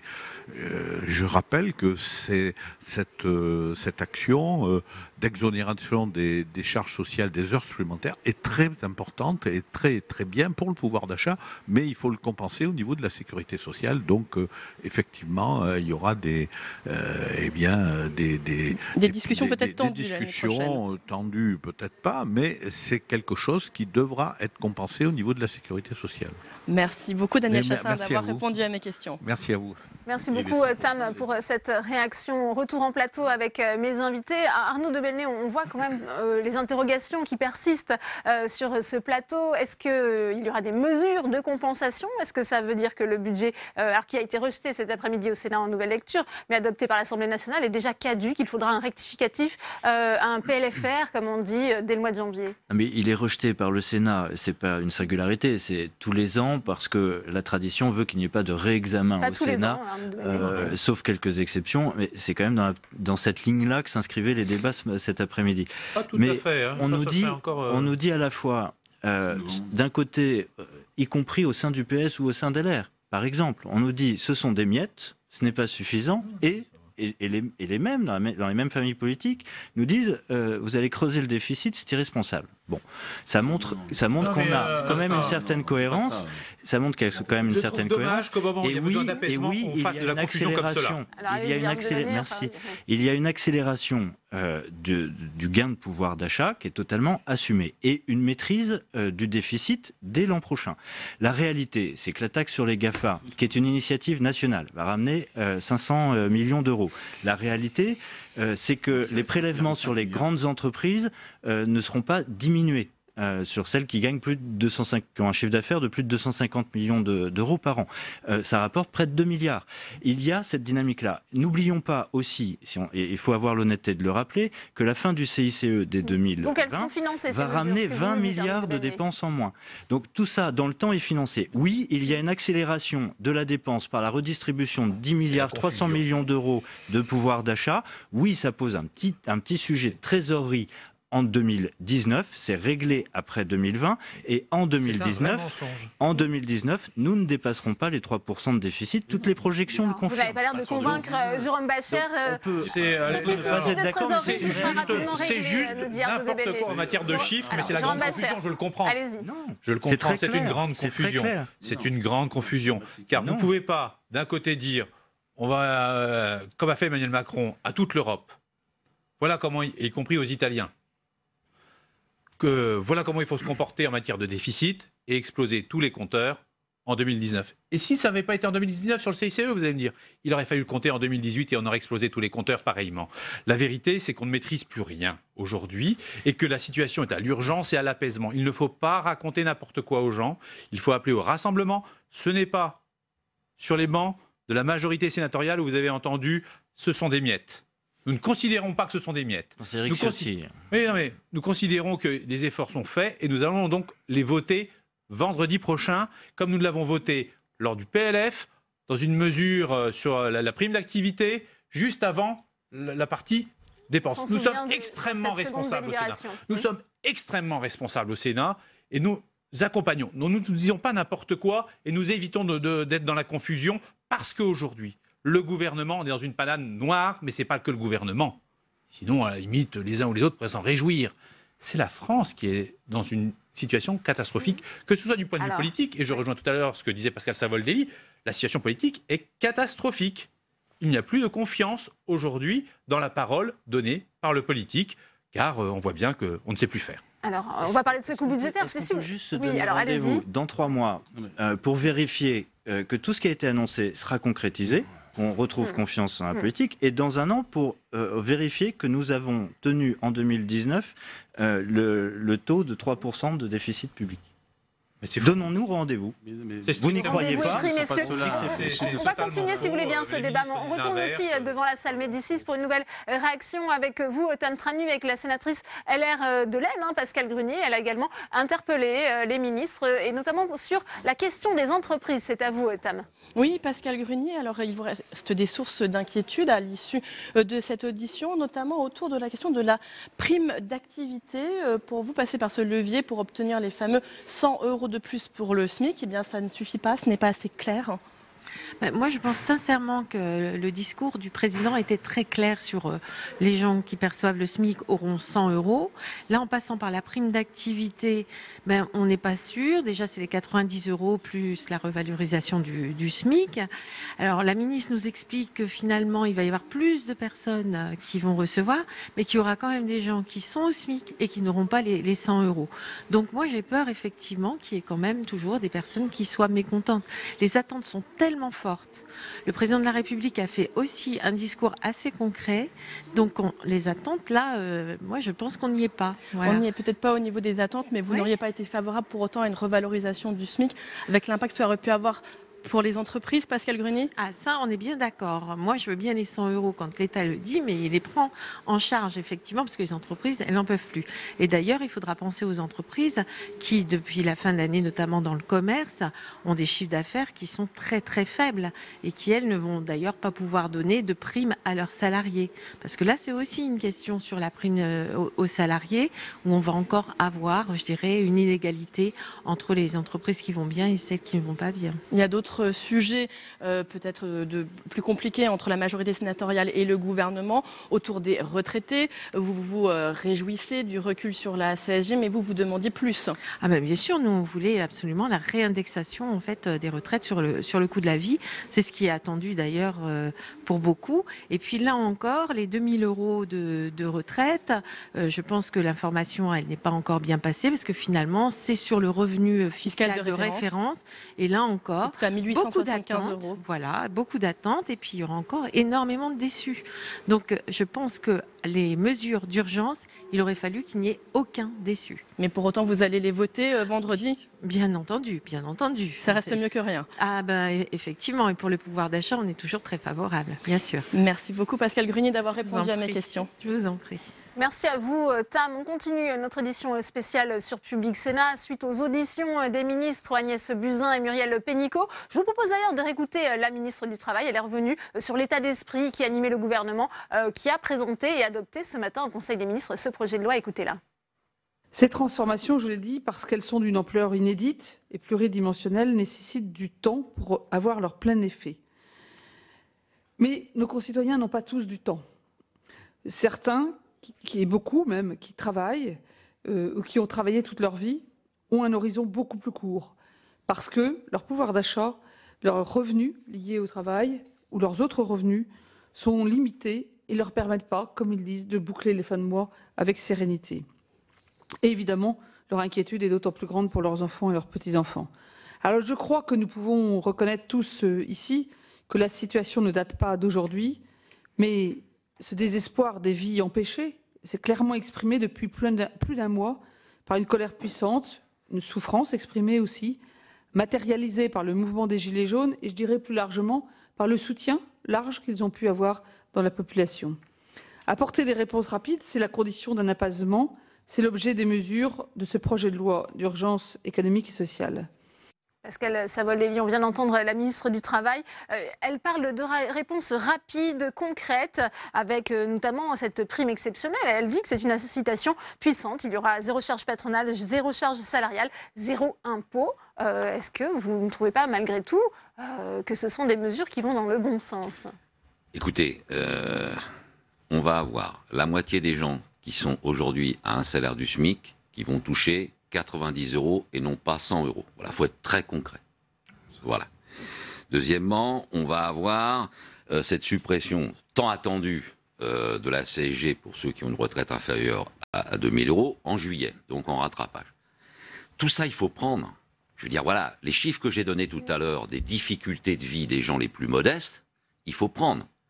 Après, est-ce que c'est un plan, franchement, est-ce que c'est un projet de loi d'urgence de mesures économiques et sociales? Là, je le dis, personne ne peut le croire. Personne ne peut le croire. Les hôpitaux, la SNCF, il s'est passé beaucoup de choses ces derniers mois, où la réponse a été souvent arrogante. Fin de non-recevoir. Et là, on a une situation aujourd'hui où, moi, je me pose la question très sincèrement, je le dis à mon collègue qui, lui, n'est pas en charge de cette responsabilité, je pense, comme sénateur d'En Marche. Moi, je pense que le président de la République, avec certains, organise le désordre aussi. C'est-à-dire Plus de gauche, plus de droite. La gauche, la droite. Regardez les maires, on les renvoie. J'ai pris cette formule cet après-midi. Les maires des collectivités sont pas considérés comme des premiers de cordée, mais les premiers de corvée. Alors qu'on va retirer 13 milliards, votre majorité, votre gouvernement, avec Cap 22, ça va être 13 milliards de moins pour les collectivités territoriales.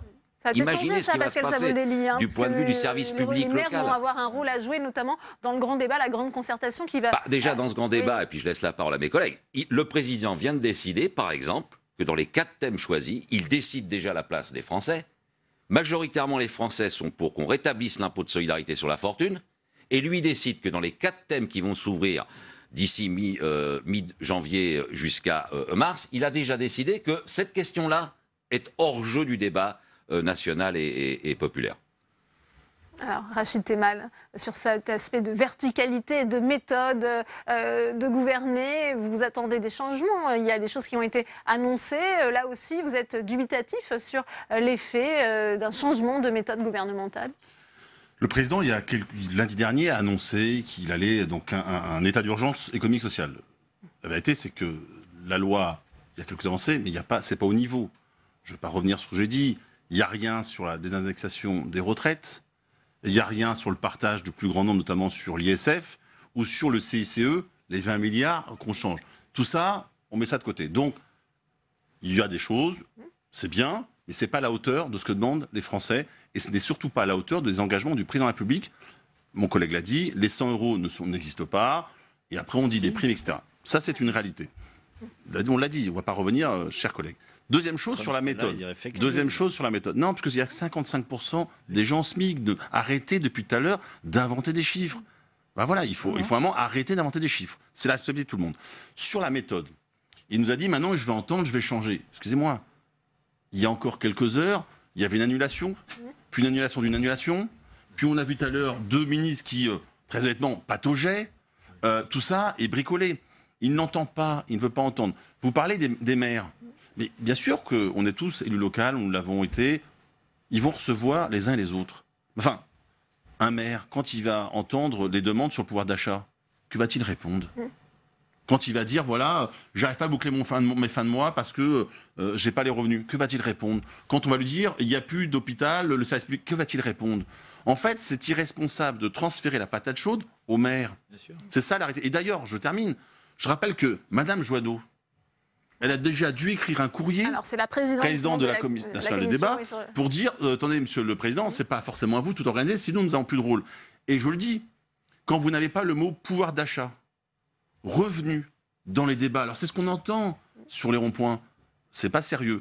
Un débat qui devait démarrer il y a une semaine, qui est reporté. On y ajoute l'identité, l'immigration, mais tout ça, ça fait patauger. Notamment sur les 100 euros, puisqu'on voit qu'il y a beaucoup de confusion sur ce point. Ça va être l'article 4, cette revalorisation de la prime d'activité, avec la base forfaitaire et le bonus individuel, ça a été rappelé, 90 euros. Oui, j'y viens tout de suite. Mais après ce qu'on vient d'entendre, moi je veux redire quand même fortement qu'il n'y a pas de bazar. Il y a un débat, certes, dans l'urgence et une accélération de calendrier. Il y a une annulation. Quand tout le monde obéit à un ordre qui vient d'en haut, on dit que c'est Godillot, on l'a dit de la majorité de François Hollande, de Nicolas Sarkozy, et quand il y a du débat et un peu d'énergie déployée, on dit que c'est le bazar. Bon, il y a un débat, c'est sain, et c'est bien que les choses soient dites. Pas de cafouillage alors, parce qu'hier, il y a quand même non, mais évidemment que ça donne une impression de cafouillage. Il y a eu une annulation par hier. Mais il y a des décisions qui ont été prises, qui seront mises en œuvre, qui répondent, il faut quand même avoir la responsabilité de le rappeler autour de cette table, qui répondent aux aspirations, aux attentes des Gilets jaunes très largement. Toutes celles qui ont été exprimées, il y a des réponses, mais reconnaissez-le. Et de la même manière, tous les engagements du président de la République le 10 décembre sont tenus par les décisions du gouvernement. Maintenant, on peut se dire aussi que cette réponse immédiate, qui était nécessaire pour apaiser la crise sociale des Gilets jaunes, exprimée par les Gilets jaunes, cette réponse immédiate ne suffit pas à régler tous les problèmes du pays. Pourquoi vous n'avez pas augmenté le SMIC, le salaire ? On peut remettre, pourquoi ? On peut remettre tous les sujets, toutes les problématiques du pays en disant rien n'est fait, rien n'est fait. Évidemment, il faut du temps. Il y a un débat, il y a un projet présidentiel qui se déploie sur 5 ans. On ne va pas régler dans l'immédiat tous les problèmes du pays. On n'a pas revalorisé de 100 euros le SMIC tout simplement pour ne pas pénaliser la compétitivité des entreprises. On se souvient tous du début des années 80 avec l'effet désastreux sur le chômage de l'augmentation brutale du SMIC. Donc cette option-là n'a pas été retenue. En revanche, et moi je suis navré d'entendre encore Pascal Gruny à l'instant au micro qui lui était tendu par Public Sénat, qui disait mais tous ceux qui sont au SMIC n'auront pas 100 euros. Oui, tous ceux qui sont au SMIC n'auront pas 100 euros. Parce que quand on a un conjoint qui gagne 4, 5 ou 6 000 euros, est-ce qu'il est pertinent 1,5%. Non. Du SMIC, quand on a un conjoint qui gagne bien davantage, est-ce qu'il est raisonnable que ces 100 euros aillent à cette famille qui n'a moins de difficultés pour boucler ses fins de mois? Nous avons pris la décision a été prise de flécher effectivement les 100 euros. Je le maintiens, sur 100 euros pour ceux qui sont au SMIC, qu'ils en aient un ou deux dans le foyer fiscal, vers ceux qui en avaient le plus besoin, y compris les femmes seules jusqu'à près de 2 000 euros, etc. Ou les parents seuls avec un enfant jusqu'à 2 000 Là, c'est la euros CAF de qui revenus, va le payer, etc. donc c'est les contribuables qui vont le payer. Non, mais bien sûr. C'est d'accord, c'est une prime qui est organisée par la Caisse d'allocation familiale, non pas par le patronat. C'est très décevant. Tous en même temps. On ressorte la tarte à la crème de l'ISF. Enfin, il y a quand même des mesures de pouvoir d'achat. On va avancer, si vous voulez bien lancer, parce qu'on a déjà parlé de l'ISF, il y a beaucoup de choses à dire. Mais moi, je veux redire quand même qu'on peut agiter des totems. Mais l'ISF, c'est 0,01% des recettes de l'État. On parle de 3 milliards d'euros. Donc, il y a un acte symbolique qui a été totalement assumé. On a le droit de ne pas être d'accord, qui a été de le supprimer, de le transformer en IFI d'ailleurs. Mais ça ne compense pas l'IFI. De façon à ne pas pénaliser l'économie nationale. Donc on peut ne pas être d'accord, mais on a le droit aussi de ne pas faire de démagogie avec ça. Jérôme Bascher, de la même manière, c'est pas audible. Un dernier point. C'est pas forcément audible, mais je veux le redire, la CSG a été augmentée. Pourquoi ? Parce qu'en parallèle, les cotisations sociales ont été diminuées.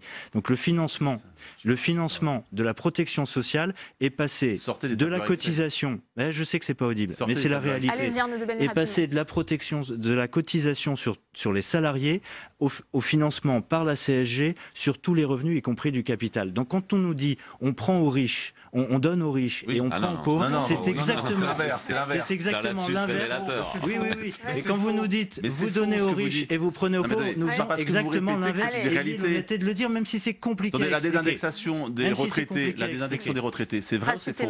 C'est vrai ou c'est faux que les retraités vont voir leur pouvoir d'achat diminuer? Mais répondre à la question. La désindexation, vont-ils perdre du pouvoir d'achat? Alors, Jérôme Bascher, sur ce point, effectivement. Est-ce que vous pouvez répondre? Est-ce qu'ils vont perdre du pouvoir d'achat, les retraités?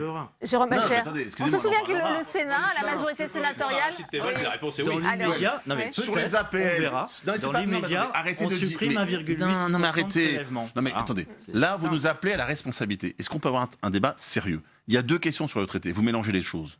Il y a la question de la CSG. Vous l'avez augmentée. Vous allez jusqu'à 2 000 euros. Ça, c'est vrai. Sur la question de la désindexation, c'est-à-dire que concrètement, l'inflation va être supérieure, donc les retraités vont perdre du pouvoir d'achat. C'est vrai aussi. Mais dites la vérité. Si vous n'arrivez pas à dire oui là, on ne peut pas discuter. Dans ce projet de loi de finances vendredi. Dans ce projet de loi vendredi. Mais c'est pas le cas. Est-ce que dans le projet de loi... Non, excusez-moi. Non, mais là, c'est plus un débat. Est-ce que... Non, attendez. Messieurs... On aura ce débat et peut-être que nous serons convergents sur ce point. Non, je veux terminer. Attendez. Mais pas tous en même temps. Je termine. Non, attendez. On va faire sérieusement les choses. Est-ce que dans le projet de loi que vous déposez vendredi, il y a la désindexation, oui ou non, des retraites? Non mais répondez à cette question. Cela ne relève pas de ce projet de loi-là. C'est pas dans le texte. Vous avez votre je vous le dis très clairement, nous pourrons débattre. Tout le reste, c'est la littérature. Et peut-être que nous nous rejoindrons sur ce sujet, mais c'est pas dans ce cadre-là. Sur le pouvoir d'achat, puisqu'on parle bien de ça sur ce débat, il y a cette étude de l'INSEE qui donc a été, parue aujourd'hui. Il y a des prévisions quand même qui sont très positives sur cette question du pouvoir d'achat aujourd'hui. Alors vous savez, je connais bien ces chiffres et c'est ce que j'ai expliqué à plusieurs endroits. Les 10 ans d'absence de croissance du pouvoir d'achat, c'est ce que j'ai dit partout. D'une part, pour les fonctionnaires, on a eu largement un gel du point fonction publique, disons les choses clairement. Et pour les autres, les entreprises ont mis du temps à recouvrir des marges. Ça a été tout le sujet du CICE, exactement. Et donc, qui ne permettait pas d'augmenter les salaires. Et donc, on est pendant 10 ans, l'inflation qui continue tranquillement, et tous les salaires qui stagnent. Donc pendant 10 ans, et au bout de 10 ans, vous avez perdu 10% de votre vrai pouvoir d'achat. Donc voilà ce que dit l'étude de l'INSEE. Alors elle dit, oui, mais ça progresse un petit peu. Ouais. Sauf qu'il ne faut pas confondre, il ne faut pas confondre les aspects macro, vous regardez les sommes de pouvoir d'achat, c'est-à-dire notamment toute la population qui sort du chômage, de la population qui travaille. Et celle-là gagne du pouvoir d'achat, entre guillemets. Hein, les jeunes qui travaillent, qui se mettent à travailler, gagnent du pouvoir d'achat. Il y en a de plus en plus qui rentrent sur le marché du travail. Et c'est comme ça que l'INSEE compte. Mais individuellement. Et c'est ça qui compte. C'est chacun chez lui, son ménage. Comment il va faire vivre sa famille jusqu'à la fin du mois quand il travaille? Et c'est ça la vraie question. Le pouvoir d'achat, c'est ça la question. Macroéconomiquement, oui, la France gagne du pouvoir d'achat. Mais individuellement, ce n'est pas le cas. C'est compliqué la statistique, il faut savoir la décrypter, il faut savoir la lire. Et il faut savoir la lire bien pour trouver les bonnes solutions. Pascal Savoldelli, on arrive bientôt au terme de ce débat. On a appris par les ministres à l'instant, justement, on se posait cette question. Il y aura bien un projet de loi de finances rectificative, alors non pas à la rentrée de janvier, mais au printemps. Là aussi, ça traduit, on parlait de cafouillage, d'hésitation, de confusion de la part du gouvernement. Ce que je pense, c'est qu'il faut ouvrir le débat. Vous voyez, par exemple, cette question des heures supplémentaires défiscalisées, désocialisées. Moi, je dis voilà, ouvrons le débat dans chaque entreprise. Discutons avec les salariés, y compris de cette question-là. La dernière fois que ça a été fait, c'est sous l'ère Sarkozy. 19 000 emplois ont été gelés à cause des heures supplémentaires. Ça mérite d'être réfléchi, discuté, là où les salariés travaillent. Voilà, donc il y a ces questions-là, vous voyez, c'est ce niveau-là qu'il faut avoir de débat. Et il faut organiser un débat où on ne décide pas à l'avance, excusez-moi, mais quand même, là, c'est quand même le président de la République dit « j'ouvre un débat avec nos concitoyens, mais de toute façon, sur l'impôt solidarité, sur la fortune ». Et là, je vous dis, mon cher collègue, tarte à la crème, attention, bon, je veux dire, il y a... Attention, y compris quand on voit ce qui se passe dans la société actuelle et les difficultés des gens. Et après, pourquoi on a une dette comme ça? Parce qu'il y a un moment, il faut qu'on en parle de ça. Parce qu'on a une dette privée, on n'a pas qu'une dette publique. La dette des citoyens qui ont un crédit, voyez, pour l'immobilier, qui ont un crédit pour s'acheter de l'électroménager, pour la voiture, les petits chefs d'entreprise qui ont des crédits et qui sont serrés par les banques du point de vue des crédits, etc., c'est 143% de notre produit intérieur brut. Donc, vous voyez, il y a aussi... Il y a une question qu'il faut qu'on aborde, c'est est-ce que nos politiques publiques vont être enserrées par la loi des marchés, par le marché, les marchés ou pas? Est-ce qu'on arrive à s'en dégager de ça? Et donc, il faut qu'on ait un vrai débat de société. Vous voyez, il nous reste vraiment une minute le pour politique, conclure. dans quelle société on veut vivre? Voilà, dans quelle société on veut vivre dignement et à égalité entre les citoyens. La droite sénatoriale votera conforme ce texte vendredi. Les socialistes vont s'abstenir. Rachid Temal, pourquoi ce choix? Alors, d'abord, nous déposerons des amendements, parce qu'il y a des choses à améliorer. On va s'abstenir parce qu'on ne veut pas bloquer, même si ce n'est pas suffisant, ces petits gestes-là qui ne répondent pas, encore une fois, à la crise des Gilets jaunes, quoi qu'en dise mon collègue de la République En Marche. Arnaud de Belenet, en 20 secondes pour conclure ce débat. Oui, ce texte répond à l'urgence, n'a pas vocation à régler tous les problèmes du pays, à rattraper 10 ans de perte de pouvoir d'achat, vous l'avez dit, je ne le conteste pas. La dynamique est là. Moi, ce que je veux passer comme message très fortement, c'est qu'il y a une première réponse, un débat qui s'engage. L'heure n'est plus à la mobilisation, au blocage des routes et à la manifestation, l'heure est au travail. Et nous sommes tous appelés à travailler collectivement. C'est bien ce qu'appellent les uns et les autres, et c'est ce qui se poursuit de manière très élargie. Vendredi. Merci messieurs, merci à tous les quatre, merci d'être venus sur ce plateau. Alors que l'audition d'Agnès Buzyn et de Muriel Pénicaud se poursuit au Sénat. Vous le voyez sur ces images, il y a beaucoup de questions sur ce projet de loi qui a été présenté ce matin en Conseil des ministres. Et puis on vous le disait, le Sénat a examiné cet après-midi en nouvelle lecture le projet de loi de finances. Il a été rejeté. Pour en parler, on retrouve Alexandre Poussard depuis la tribune de presse de l'hémicycle. C'est à vous, Alexandre. Oui, Delphine, les sénateurs ont refusé d'examiner en seconde lecture un budget qui a été rendu caduc par toutes les mesures accordées aux Gilets jaunes. Et Agnès Buzyn l'a rappelé lors de son audition. Ce projet de loi spécial Gilets jaunes va ajouter 10 milliards d'euros de dépenses supplémentaires. Donc pour les sénateurs, cela a peu de sens finalement d'examiner un budget qui va être rectifié en profondeur par la suite. Écoutez le rapporteur général du budget, Albéric de Montgolfier. Je pense qu'une nouvelle lecture ne serait sans doute pas de nature à faire évoluer le gouvernement ni l'Assemblée nationale, mais surtout, nous serions dans une situation totalement paradoxale que nous aurions un télescopage de calendrier avec le texte que nous allons examiner vendredi et qui, de fait, va remettre en cause les arbitrages, en tout cas les grands équilibres, puisque nous allons encore rajouter 6 milliards d'euros. Dans tous les cas, cette année, nous aurions dû normalement travailler avec un PLFR, je pense que c'était la bonne chose. Et j'aimerais finir par vous interroger, y aura-t-il bientôt un collectif budgétaire, parce qu'on a annoncé des mesures, j'ai fini, Monsieur le Président, y compris la taxe GAFA applicable au 1er janvier. Bon, 1er janvier, a priori, il n'y aura pas de loi de finances. Faut-il prévoir un collectif entre Noël et le 31 sur pas de mesures rétroactives? Et Agnès Buzyn et Muriel Pénicaud ont répondu finalement lors de leur audition à Albéric de Montgolfier. Il y aura bien un PLFR, un projet de loi de finances rectificative au printemps prochain et le gouvernement devrait présenter des mesures d'économie et notamment une baisse des dépenses publiques et il va peut-être baisser le budget de certains ministères. Écoutez le socialiste Claude Raynal.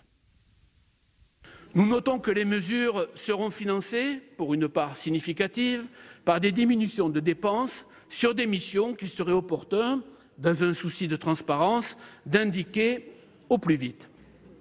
À ce titre, n'aurait-on pas pu demander plutôt un effort supplémentaire aux grands groupes? L'année dernière, vous n'aviez pas hésité à prélever 5 milliards, et non 1,8 comme aujourd'hui, au titre du remboursement de la contribution additionnelle à l'impôt sur les sociétés. Et oui, souvenez-vous, l'an dernier, le gouvernement avait déjà demandé un effort exceptionnel aux grands groupes. Cela avait permis de rembourser la taxe sur les dividendes qui avait été déclarée illégale. Et la gauche du Sénat demande cette année un nouvel effort exceptionnel des grands groupes, cette fois-ci pour favoriser le pouvoir d'achat des Français. 2 efforts des grands groupes 2 années de suite. Cela deviendrait donc de moins en moins exceptionnel. Merci à vous, Alexandre, pour toutes ces précisions. Dans le reste de l'actualité au Sénat, la délégation aux entreprises a demandé un rapport de l'OFCE sur les contrats courts. L'OFCE qui plaide pour une régulation économique de ces contrats précaires. Les explications de Quentin Calmy. Avec cette étude, le Sénat apporte sa contribution au débat. En pleine réflexion sur l'opportunité d'un bonus-malus des contrats courts voulus par l'exécutif, la Chambre haute a donc fait plancher les économistes de l'OFCE. Nous essayons d'être utiles au débat.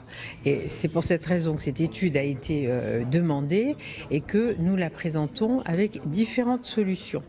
Nous n'adhérons pas à l'une ou l'autre des solutions.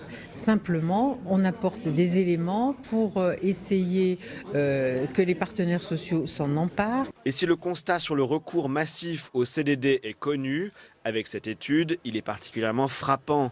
Avec 6,6 millions de contrats à durée déterminée de moins de 1 mois au début des années 2000, on passe en France à 17,6 millions de CDD en 2018. Une explosion relevée par l'OFCE avec une autre statistique. En 1984, 94% des emplois salariés étaient des CDI, une part qui a baissé pour atteindre 85% en 2018. À l'inverse, le taux de CDD chez les salariés est passé de 5 à 11% dans la même période. Mais comment renverser la vapeur et limiter le recours à ces contrats qui plongent les salariés dans l'incertitude? L'OFCE préconise d'instaurer une tarification spéciale pour ces contrats courts afin d'empêcher les abus. Moi, je crois que c'est une contribution qui est intéressante et c'est surtout un élément qui nous permettra d'éviter, quand le texte de loi va nous arriver, et peut-être qu'il abordera cet aspect des contrats courts du bonus-malus, nous n'en sommes pas certains encore aujourd'hui, d'avoir des éléments qui étayent la position du Sénat en la matière et la Commission sociale. Une taxation des contrats courts très mal perçue par le patronat. Le débat s'annonce donc vif dans les prochains mois. Et autre temps fort de l'actualité au Sénat, une semaine après l'attentat de Strasbourg qui a fait 5 morts et une dizaine de blessés. C'est ce rapport sur le suivi des fichiers S. Ce fichier fait l'objet, vous le savez, de critiques récurrentes. Mais pour la Haute Assemblée, une dénaturation de ce fichier mettrait en péril son efficacité. Sandra Cerqueira. C'est un système souvent décrié, celui des fichiers S. L'objectif principal du rapport du Sénat est d'abord de faire de la pédagogie, parce que chaque attentat relance la polémique. Dernier en date, celui de Strasbourg il y a une semaine, qui a soulevé une fois de plus des interrogations sur l'efficacité de ces fiches S.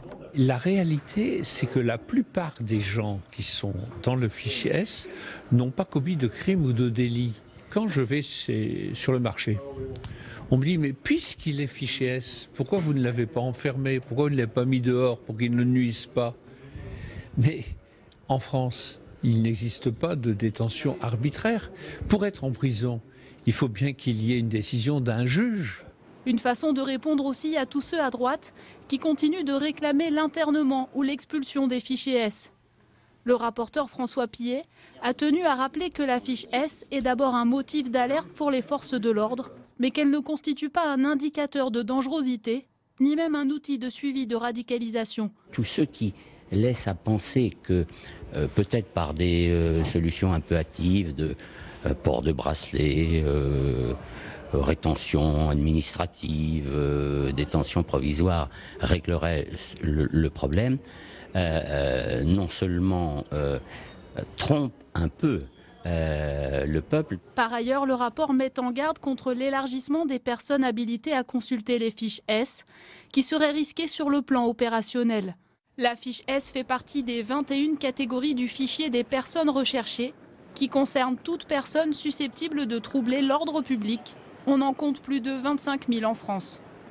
Et avant de se quitter, retour sur les temps forts de l'audition des ministres Muriel Pénicaud et Agnès Buzyn. Elles sont venues devant les sénateurs défendre le projet de loi qui vise à calmer cette colère des Gilets jaunes. Les temps forts avec Quentin Calmy.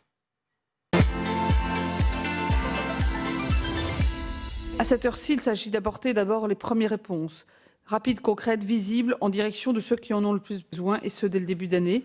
C'est le sens des 4 mesures du projet de loi que nous vous présentons. J'en présenterai 2 et laisserai la ministre des Solidarités et de la Santé présenter les 2 autres. La première mesure concerne la prime exceptionnelle. Il s'agit de donner la possibilité aux entreprises de verser une prime exceptionnelle jusqu'à 1 000 € net exonérés de toute charge sociale et d'impôt sur le revenu pour les salariés rémunérés jusqu'à 3 SMIC bruts par mois. La prime devra être versée avant le 31 mars 2019.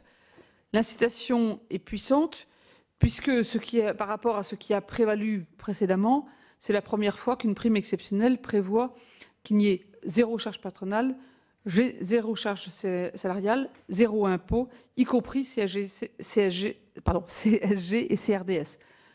En clair, si une entreprise donne une prime de 500 €, elle coûte 500 € l'entreprise et le salarié reçoit 500 € net. La deuxième mesure, article 2, permet à tous les salariés et les fonctionnaires qui réalisent des heures supplémentaires de ne plus payer ni cotisation salariale ni impôt sur le revenu. Et ceci à concurrence d'une rémunération annuelle nette au titre des heures supplémentaires de 5 000 €. Cette mesure entrera en vigueur, si elle est votée, à compter du 1er janvier 2019. Comme vous le savez, une mesure était déjà prévue dans le projet de loi de financement de la sécurité sociale pour 2019, mais elle est avancée dans le temps, au 1er janvier, et par ailleurs élargie quant à son périmètre, car elle ne concerne plus simplement les cotisations salariales, mais également l'impôt sur le revenu. Le gain de pouvoir d'achat dépend de la rémunération et du niveau d'imposition des salariés, mais à titre d'exemple, la mesure permettra un gain de pouvoir d'achat annuel d'environ 500 €, 235 pour le volet social, 265 pour le volet fiscal, pour un salarié qui réalise en moyenne 2 heures supplémentaires.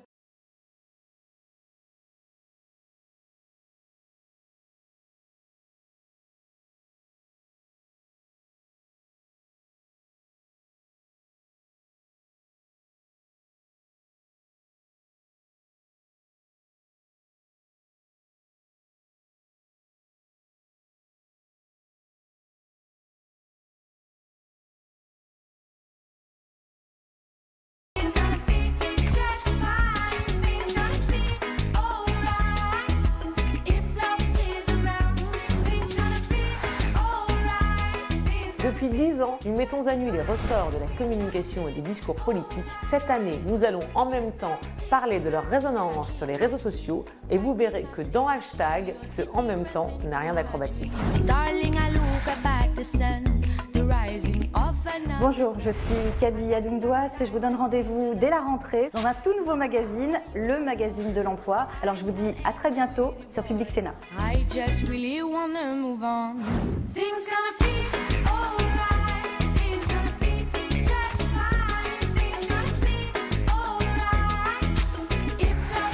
Dans Livrez-vous, la littérature s'adresse à tout le monde. Écrivains, essayistes, personnalités politiques et artistes, tous ont la parole pour nous aider à penser notre époque à travers les livres. Je vous retrouve chaque week-end pour Un Monde en Doc, votre rendez-vous débat autour d'un documentaire. Salut, c'est Hugo. Salut, c'est Jean. Question au sénateur, c'est une nouvelle émission. Qu'est-ce que c'est exactement? C'est une nouvelle émission où les citoyens vont poser directement leurs questions aux sénateurs qui vont y répondre et en direct. Et du coup, ça se passe quand? Ce sera tous les mercredis en fin d'après-midi.